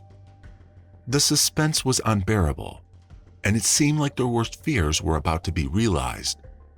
The next 24 hours would prove to be the most difficult and heartbreaking time in their lives. As the search for Bobby continued, an ex-con and cab driver named Joe Carr was about to play a crucial role in the investigation. He had been hired in the state of St. Louis by a man named Carl Austin Hall to be his personal chauffeur. From what Carr knew, Hall was new in town and was throwing money around like it was going out of style. Hall had rented an apartment, bought new clothes, and was living like a king. Carr was suspicious of Hall's behavior and decided to contact Joe Costello, his boss at the cab company. Costello was a man who had ties with the mob, and in addition to this, he also had connections within the St. Louis Metropolitan Police Department. The sun had set on October 6, 1953, when Lieutenant Louis Shoulders and Patrolman Elmer Dolan received a tip from Costello about the man flaunting large amounts of money in St. Louis. They immediately rushed to the apartment where Hall was staying and apprehended him. Inside the room, the officers found 2 hefty metal suitcases filled to the brim with cash. It was an unbelievable sight. Hall was then escorted to the Newstead police station in North St. Louis, where the authorities interrogated him about the source of the money. At first, Hall was insistent that he had done nothing wrong, but investigators soon began to put the pieces of the puzzle together. They suspected Hall was involved in the Greenlease kidnapping, given the amount of money he had on him. After some interrogation, Hall finally cracked and confessed to his role in the crime. But the most shocking revelation was yet to come. When asked about the whereabouts of Bobby, he revealed the boy was dead. Hall revealed they had not acted alone. He had a partner in crime, a woman named Bonnie Hetty. Together they had hatched the plan to kidnap Bobby and extort his wealthy parents for a hefty ransom. With Hall's confession and a thorough background check, investigators were able to piece together the timeline of events and uncover the shocking details of how the kidnapping occurred. It was a web of deceit and betrayal, with greed at the center of it all. Authorities found out that Hall came from a well-to-do family. He was the son of a lawyer. When his parents passed away, he inherited their 1,100-acre property in Pleasanton, Kansas, along with a substantial inheritance. However, Hall took a turn for the worse as he went on a downward spiral, wasting his fortune, getting divorced, and falling into addiction. his life hit rock bottom when he was sent to the Missouri State Penitentiary for robbing a cab driver of a mere $38. While in prison, Hall dreamed of one big score that would set him up for life, and that's when he remembered the wealthy Greenlease family. You see, years prior, Hall had attended a military reform academy with Bobby's older, adopted half-brother Paul, and that was when he had gotten to know about the family's wealth. In no time, Hall hatched a plan for a ransom payout. All that was left was to figure out just how to abduct the child. That's where Bonnie came into the picture. Bonnie was a woman of many contradictions. Despite being the beneficiary of a sizable inheritance from her father, she still indulged in prostitution and wild parties. She also seemed to have a thing for criminals. Her first husband was a bank robber who met his end in a hail of bullets from the police. But her second marriage didn't fare any better, and she ended up inheriting a house from the divorce settlement. It was in the bar of Hotel Robidoux, Missouri, that Bonnie crossed paths with Hall. Perhaps it was fate, or maybe just the universe aligning, but their chance meeting marked the beginning of a dark and twisted partnership. As the months passed, Hall gradually revealed his twisted scheme to Bonnie, and to his relief, she was all too eager to participate. And so, in the summer of 1953, Hall and Bonnie began trailing the Greenlease family like two hungry wolves stalking their prey. They watched as the family went about their daily routines, hoping to find a weak spot to exploit. At first, they planned to snatch the Greenlease's daughter, Sue, but they soon realized that Bobby, the 6-year-old son, would be an easier target. They knew that they had to act fast if they wanted to make the big score. And with this, the stage was set for the kidnapping that shook the nation to its core. Bonnie had been the one that pretended to be Bobby's aunt and picked him up from school without raising any alarms. Following this, Bonnie and Bobby were then dropped off at a drugstore where Hall was waiting. Hall took control of the situation, driving them across state lines to a vacant field in Overland Park, Kansas. Bonnie got out of the car and walked a short distance, leaving Bobby alone with Hall, who had no intention of keeping him alive. At first, Hall tried to take Bobby's life by using a piece of rope, but the rope was too short. Frustrated and angry, Hall punched Bobby in the face, knocking out one of his teeth. Bobby fell to the car's floor, and that's when Hall pulled out his .38 caliber pistol and shot him at point-blank range. Bobby did not survive for more than 30 minutes after he was abducted. After carrying out the evil deed, both Hall and Bonnie knew they had to get rid of the evidence. They drove to Bonnie's home in St. Joseph, Missouri, with Bobby's lifeless body wrapped in a plastic bag. They then carefully placed the bag in a pre-dug grave in the backyard. To conceal the stench of the dead body, they dumped a large amount of lime onto the bag. Hall then planted chrysanthemums over the grave, hoping to disguise it as a flower garden. Now, when Hall and Bonnie got their hands on the ransom money, they wasted no time in escaping across the state to St. Louis. There, Hall had purchased a pair of metal suitcases to stash the money.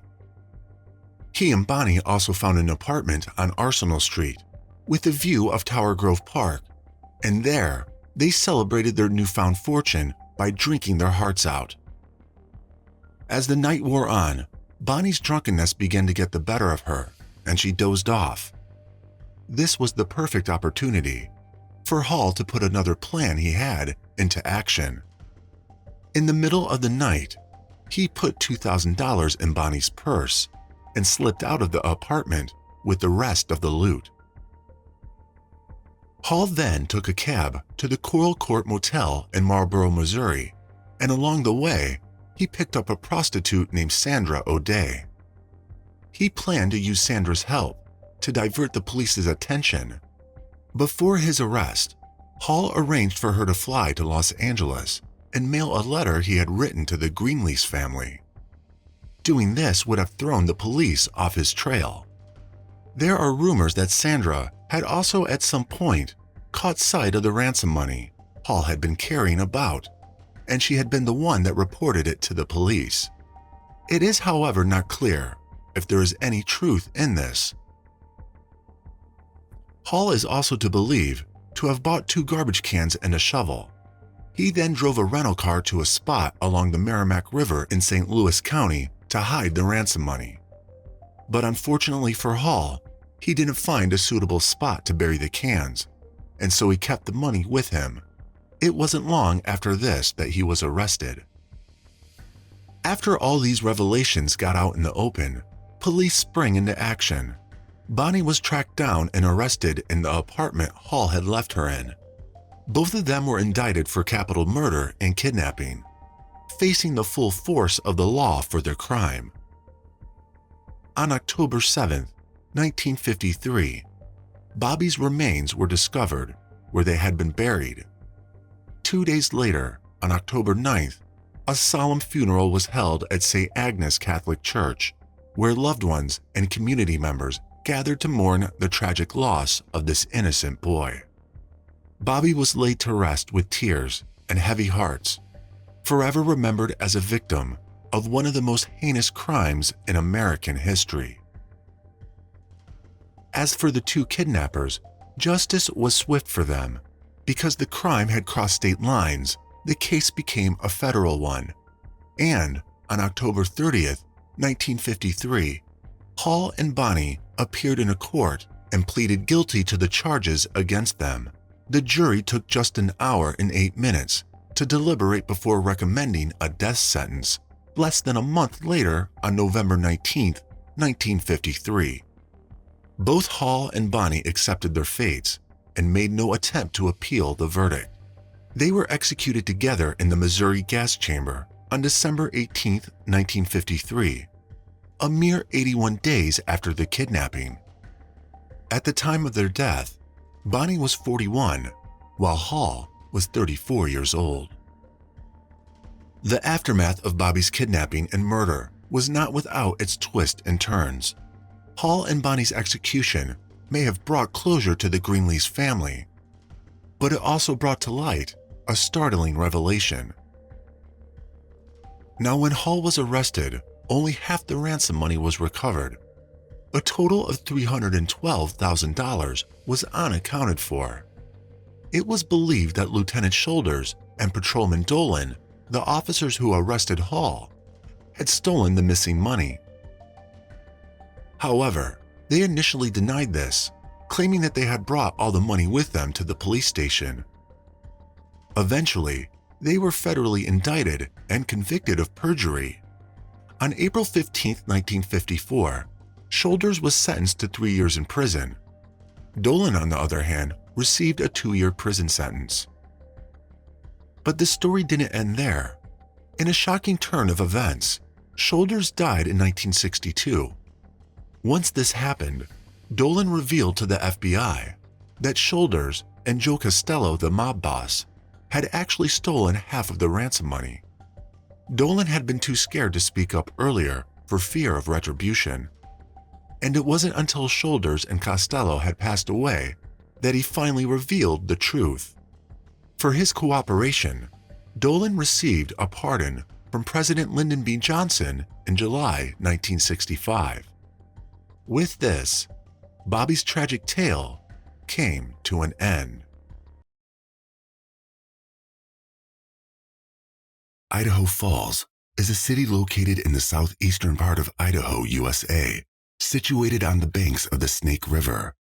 It is known for its beautiful natural surroundings, including the nearby Yellowstone National Park and Grand Teton National Park.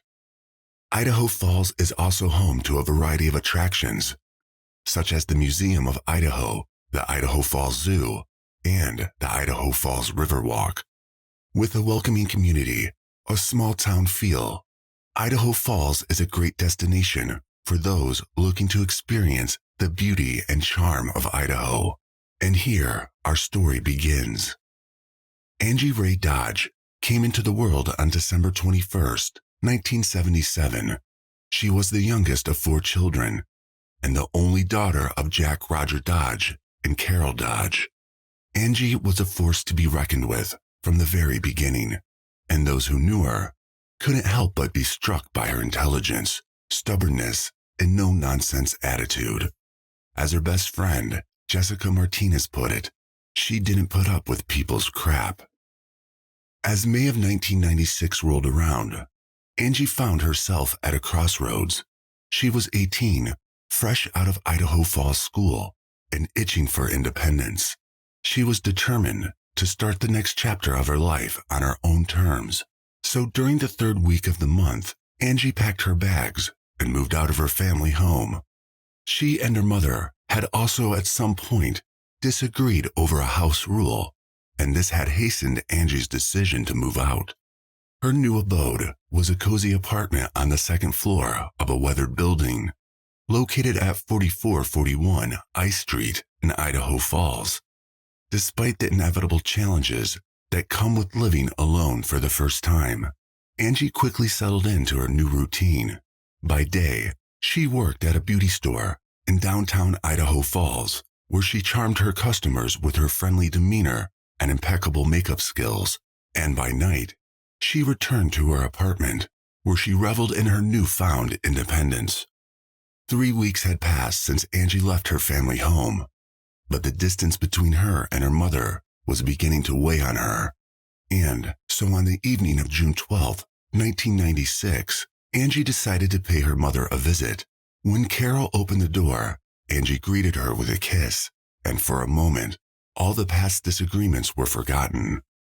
Mother and daughter embraced, rocking back and forth in each other's arms.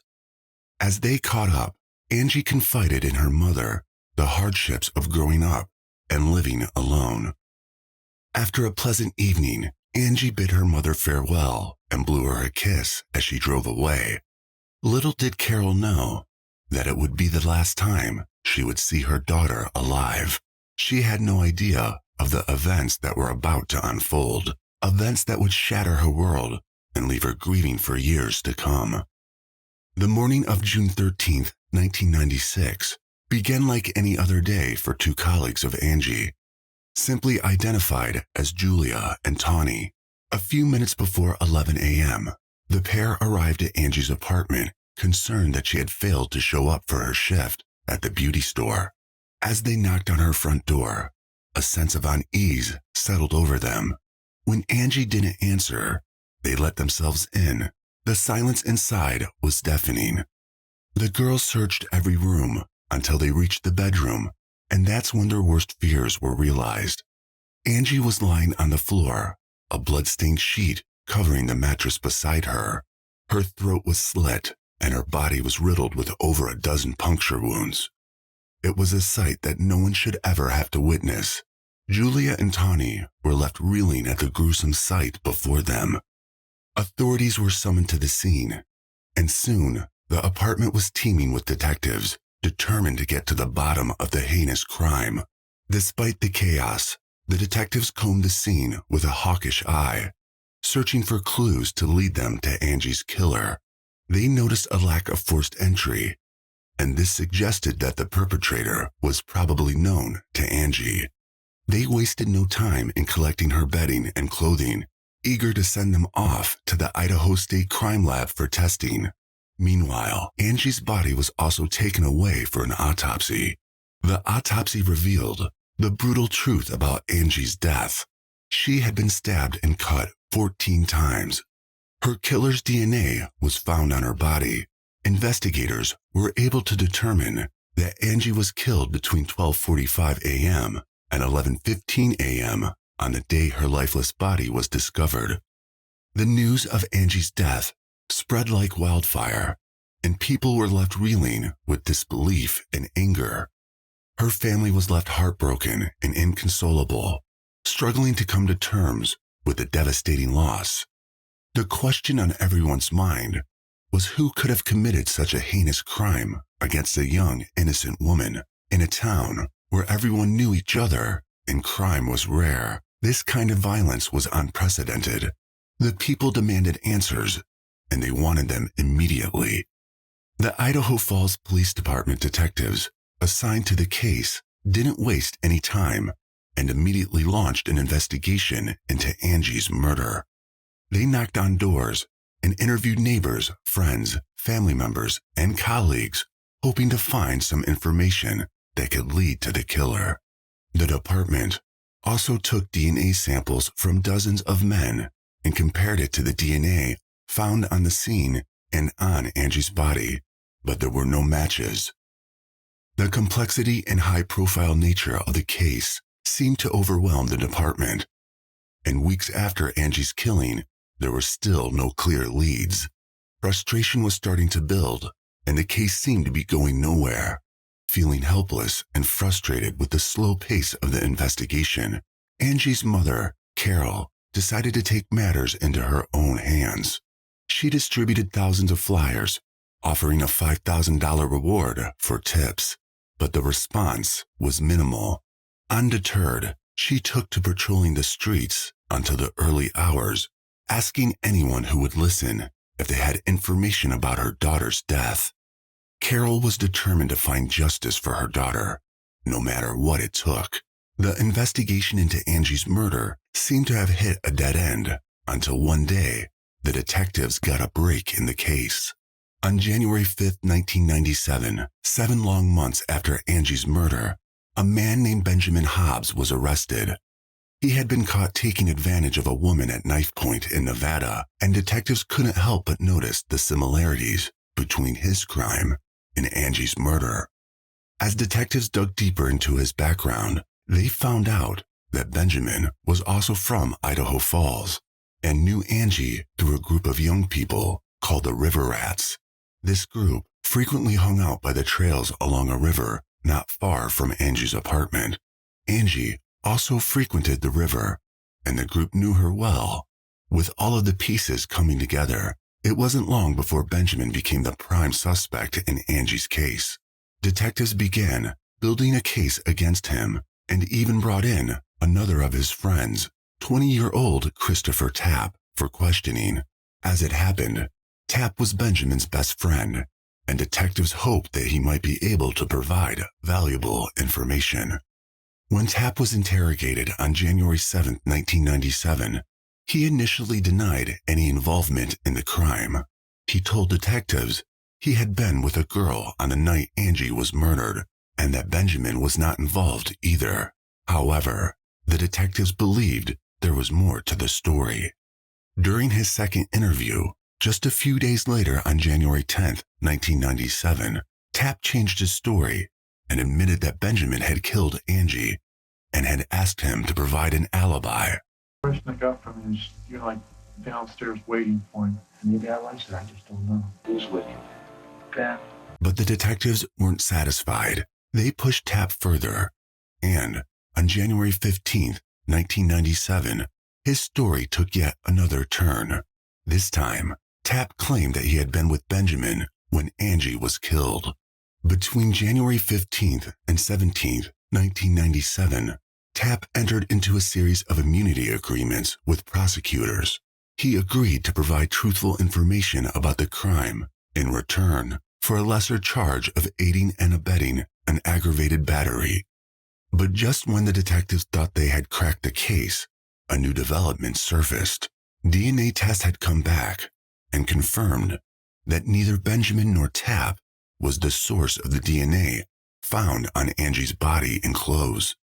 The detectives were stumped, and it was at this point that Tapp came up with a new name, Jeremy Sargis, who was a friend of both Tapp and Benjamin.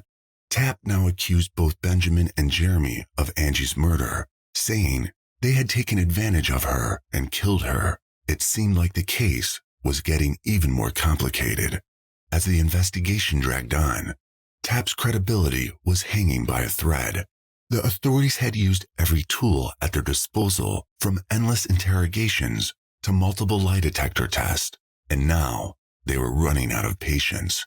On January 27th, the DNA results on Jeremy also came back negative, proving that he had no involvement in Angie's murder.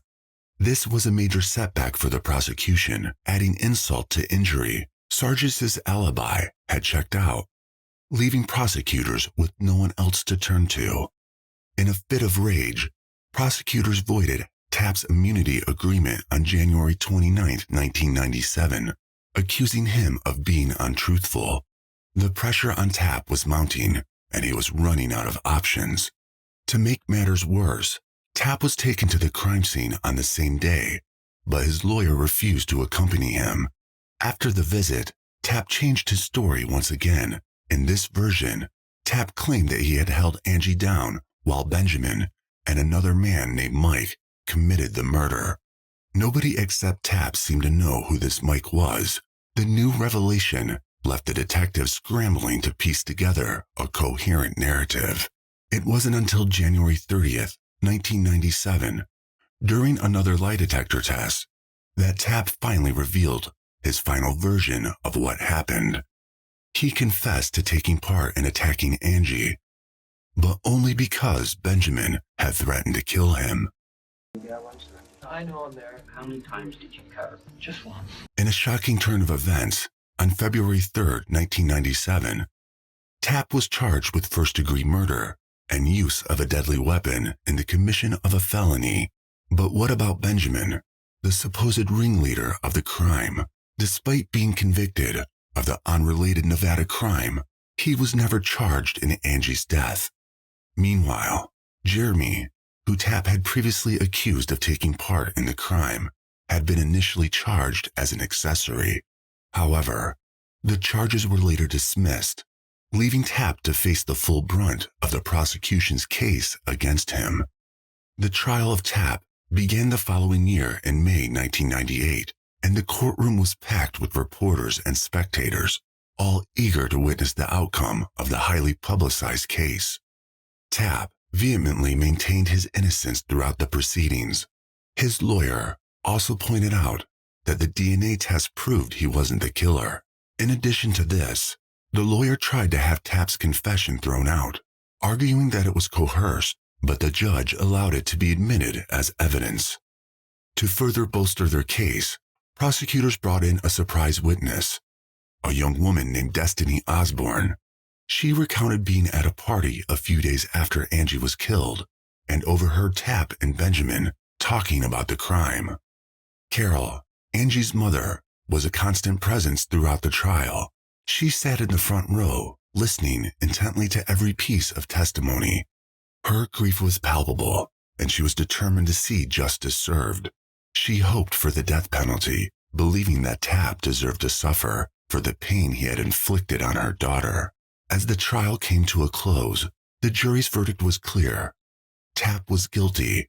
However, the judge decided to spare Tapp from the death penalty, instead sentencing him to 30 years to life in prison. Jury, broad verdict, unanimous, not guilty. Despite this outcome, Carol, the mother of the victim, remained inconsolable.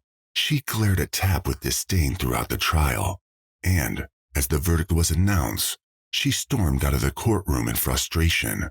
She wasn't entirely satisfied with the outcome of the trial. Despite Tapp's conviction, Carol couldn't shake off the feeling that there was more to the story. She refused to believe that Tapp acted alone and was determined to uncover the truth. She knew that the DNA found at the scene didn't match Tapp's, and this only fueled her desire to find the real killer. She knew the perpetrator responsible for her daughter's death was still out there. The authorities also shared the same sentiments. Due to this, they continued to search for other possible perpetrators who might match the DNA found at the scene. As the years passed, the investigation into Angie's murder seemed to have reached a dead end. However, Carol never lost hope that the person responsible for her daughter's death would be found. In 2009, over a decade after Angie was brutally killed, the unknown killer's DNA was finally entered into a national crime database. Despite this breakthrough, there was still no match. But then, Carol received an unexpected Christmas gift, a computer. Without hesitation, she put it to good use and discovered a company in Florida that could analyze DNA samples to identify the race of the donor. The police agreed to the test, and the results showed the unknown person was 85% Caucasian. This result helped detectives know what to focus on. Despite the long wait, Carol's persistence and determination continued to fuel her search for the truth. She was determined to get the best and brightest minds involved to help find the person responsible for Angie's death. After some searching, she stumbled upon Dr. Greg Hampikin, a leading forensic DNA expert who had founded the Idaho Innocence Project, an organization dedicated to correcting and preventing wrongful convictions. At the time Carol contacted Hampikin, he was already familiar with Angie's murder case. In fact, Tapp had previously written to the Idaho Innocence Project from prison, pleading with them to investigate his conviction. With Hampikin's guidance, Carol was able to push the Idaho Falls Police Department to try a novel approach called familial DNA testing. This involved looking at the database of convicted offenders in Idaho for anyone who might be related to Angie's killer. Although this method was not allowed in Idaho, Hampikin proposed an even bolder plan, uploading the crime scene sample to public databases. To Carol's relief, the police were willing to give this idea a shot. In the summer of 2014, detectives searched the public DNA database owned by Ancestry.com and finally got a hit. The DNA match was Michael Ursey Sr., whose Y DNA closely matched the perpetrators on 34 out of 35 STR markers. Although it was not a definitive match, it was close enough to make detectives believe they had found a relative of Angie's killer. Detectives shifted their focus to investigating Michael Ursey Sr.'s family members, and his son, named Michael Ursey Jr., soon caught their attention. Could this be the same Mike that Tapp once mentioned during his interrogation back in 1997? The detectives delved deeper into the younger Ursey's background, and they discovered he was a filmmaker living in New Orleans. His work included a dark movie called Murder Abelia, which dealt with the murder of a young woman. Due to Michael's macabre, cinematic taste, the detectives began to suspect that he might have been involved in Angie's murder. In December 2014, over 18 years after Angie's murder, Michael was arrested. Detectives from Idaho Falls and a Louisiana State police officer took Michael to a police office near the New Orleans Superdome and began interrogating him. During the interrogation, the detectives found out that Michael had friends in Idaho and had been in the area at the time of the murder. This was a crucial piece of information that raised suspicions. Following this, detectives then swabbed Michael's cheek for DNA and drove him home. Michael was now their prime suspect, but would the DNA match what was found at the crime scene? They did not have to wait too long for the answer, because weeks later, it was discovered that his DNA did not match the crime scene sample. This news was a huge blow to the detectives working on the case. It seemed as if they were back to square one once again. However, they refused to give up on this new method of familial DNA testing that had brought them so close to the truth. They were more determined than ever to keep digging and uncover any lead, no matter how small it might seem. They knew that solving this case would bring long-awaited justice to Angie and her family, and they were not going to let it go cold again. While all this was going on, Carol was in a state of confusion. She wanted justice for her daughter, and despite her doubts about Tapp, she couldn't shake the feeling that something wasn't right. In fact, a year before Michael Ursey's involvement in the case, she had immersed herself in 60 hours of interrogation footage from Tapp's case. From watching the footage, she uncovered a series of troubling inconsistencies in his story that left her with nagging doubts. Carol wasn't about to let Tapp remain behind bars if he truly was innocent. So she contacted Tapp's defense attorney, John Thomas, and shared her doubts about his guilt. Thomas was intrigued and wanted to help. He joined forces with Carol and enlisted the expertise of Stephen Dreisen, a renowned expert of false confessions. As Dreisen reviewed the interrogation tapes, he couldn't shake the feeling that Tapp had been manipulated into confessing to a crime he didn't commit. Then, he uncovered a damning truth. Tapp had been coerced with the threat of the death penalty during his interrogation in 1997. The police had played a dangerous game, dangling Tapp's life in front of him to extract a confession.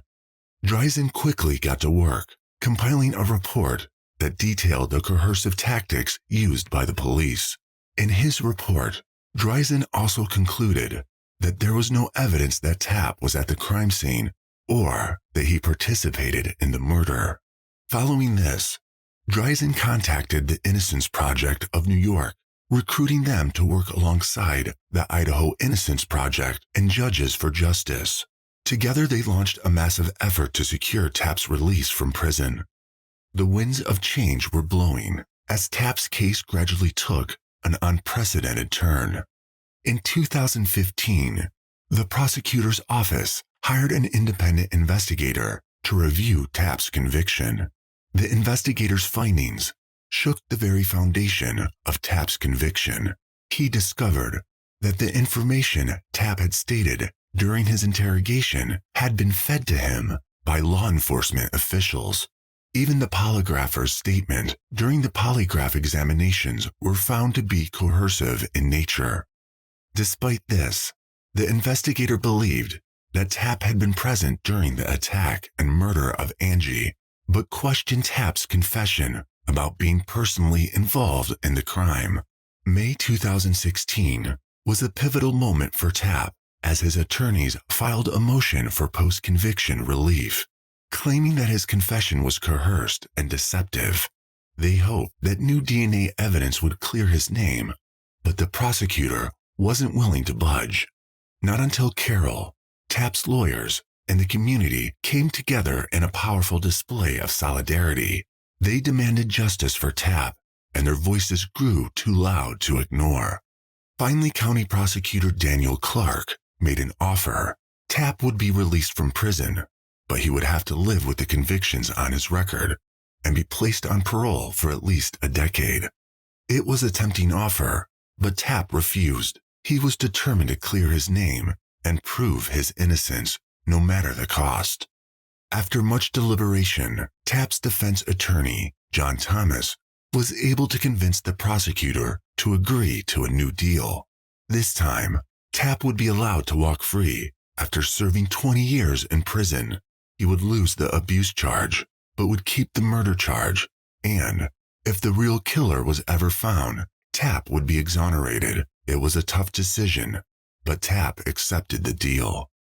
In a shocking turn of events, Destiny Osborne, the surprise witness who had once claimed to have heard Tapp confess to the murder, recanted her testimony, accusing the police of pressuring her to falsely implicate Tapp.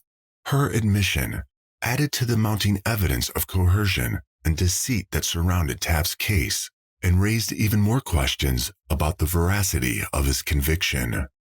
Finally, on March 22, 2017, Tapp walked out of prison as a free man.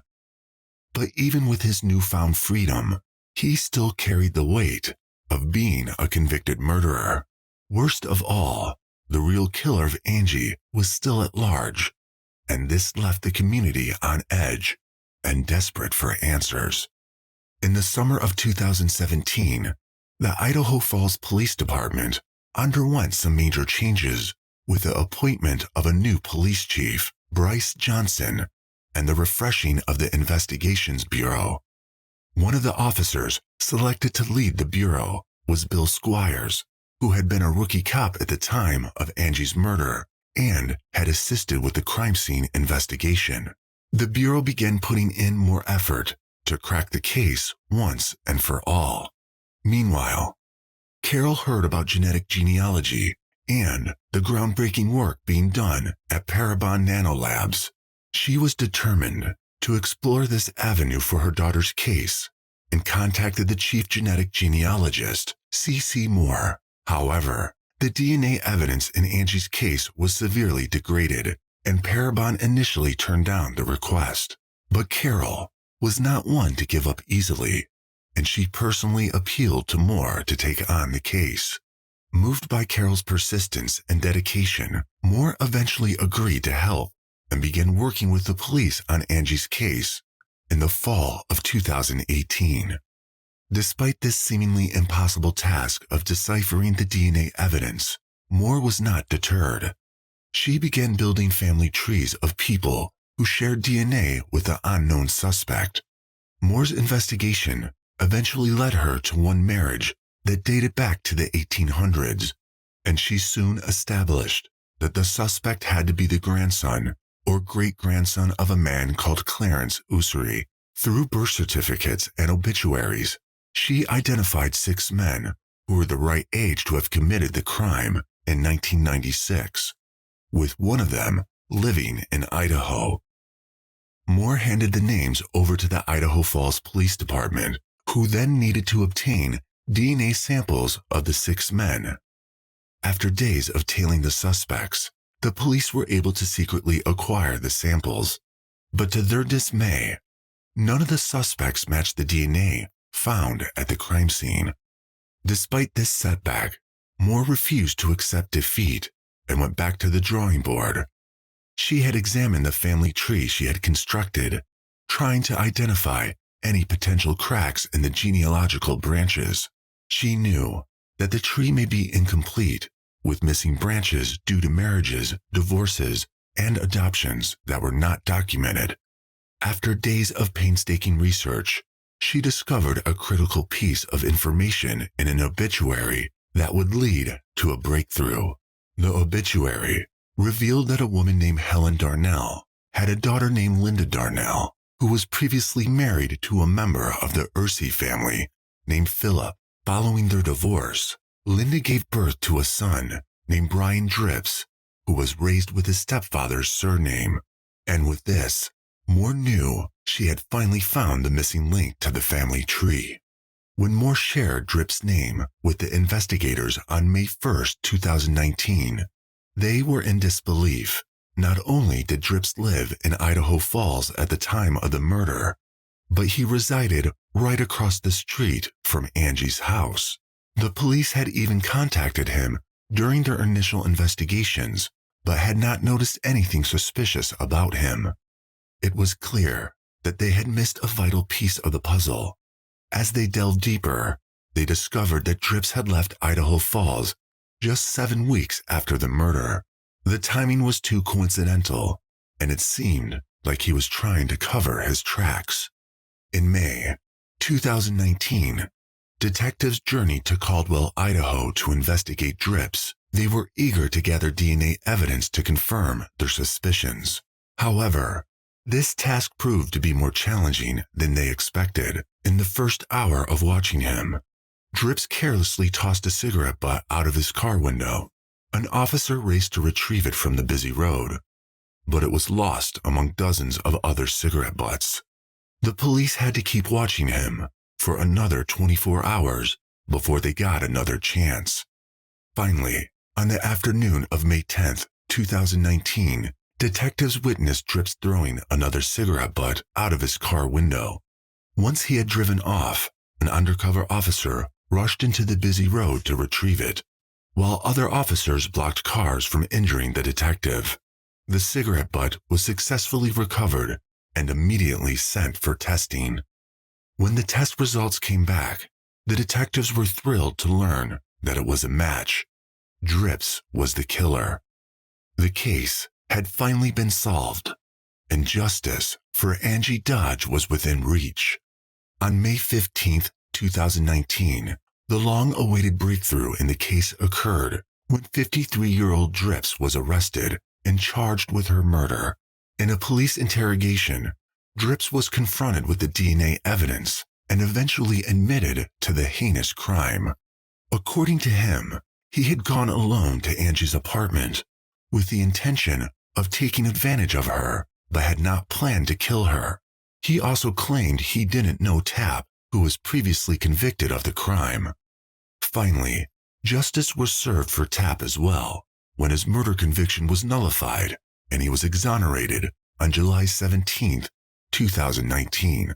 However, the trauma of spending years in prison for a crime he did not commit left him scarred, and he filed a civil lawsuit against the city of Idaho Falls and 7 former Idaho Falls Police Department officers in December of that year.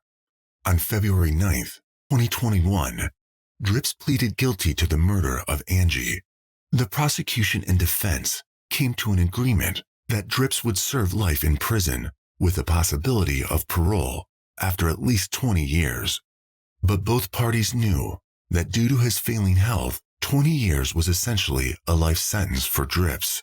He would likely die in prison. On June 7, 2022, the sentence was handed down, and Drips was officially condemned to spend the rest of his days behind bars. Before the verdict, Drips stood up at the defense table, his voice barely above a whisper, and apologized. He expressed his remorse for what he had done, saying, "I wish I could do over that night." It was a small comfort for those who had suffered so much in the wake of Angie's death. But the story didn't end there. In June 2022, officials announced that they had agreed to pay $11.7 million to Tapp. The payout was a small consolation for the years he lost, but it was a step towards making things right. It was also a reminder that justice, although delayed, can still be served. And that's the conclusion of the tragic and complicated case of Angie Dodge's murder.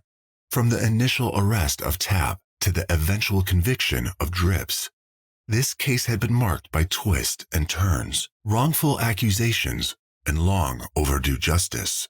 It's a case that has left a lasting impact on the community of Idaho Falls and the broader public, highlighting both the importance and fallibility of DNA evidence in criminal investigations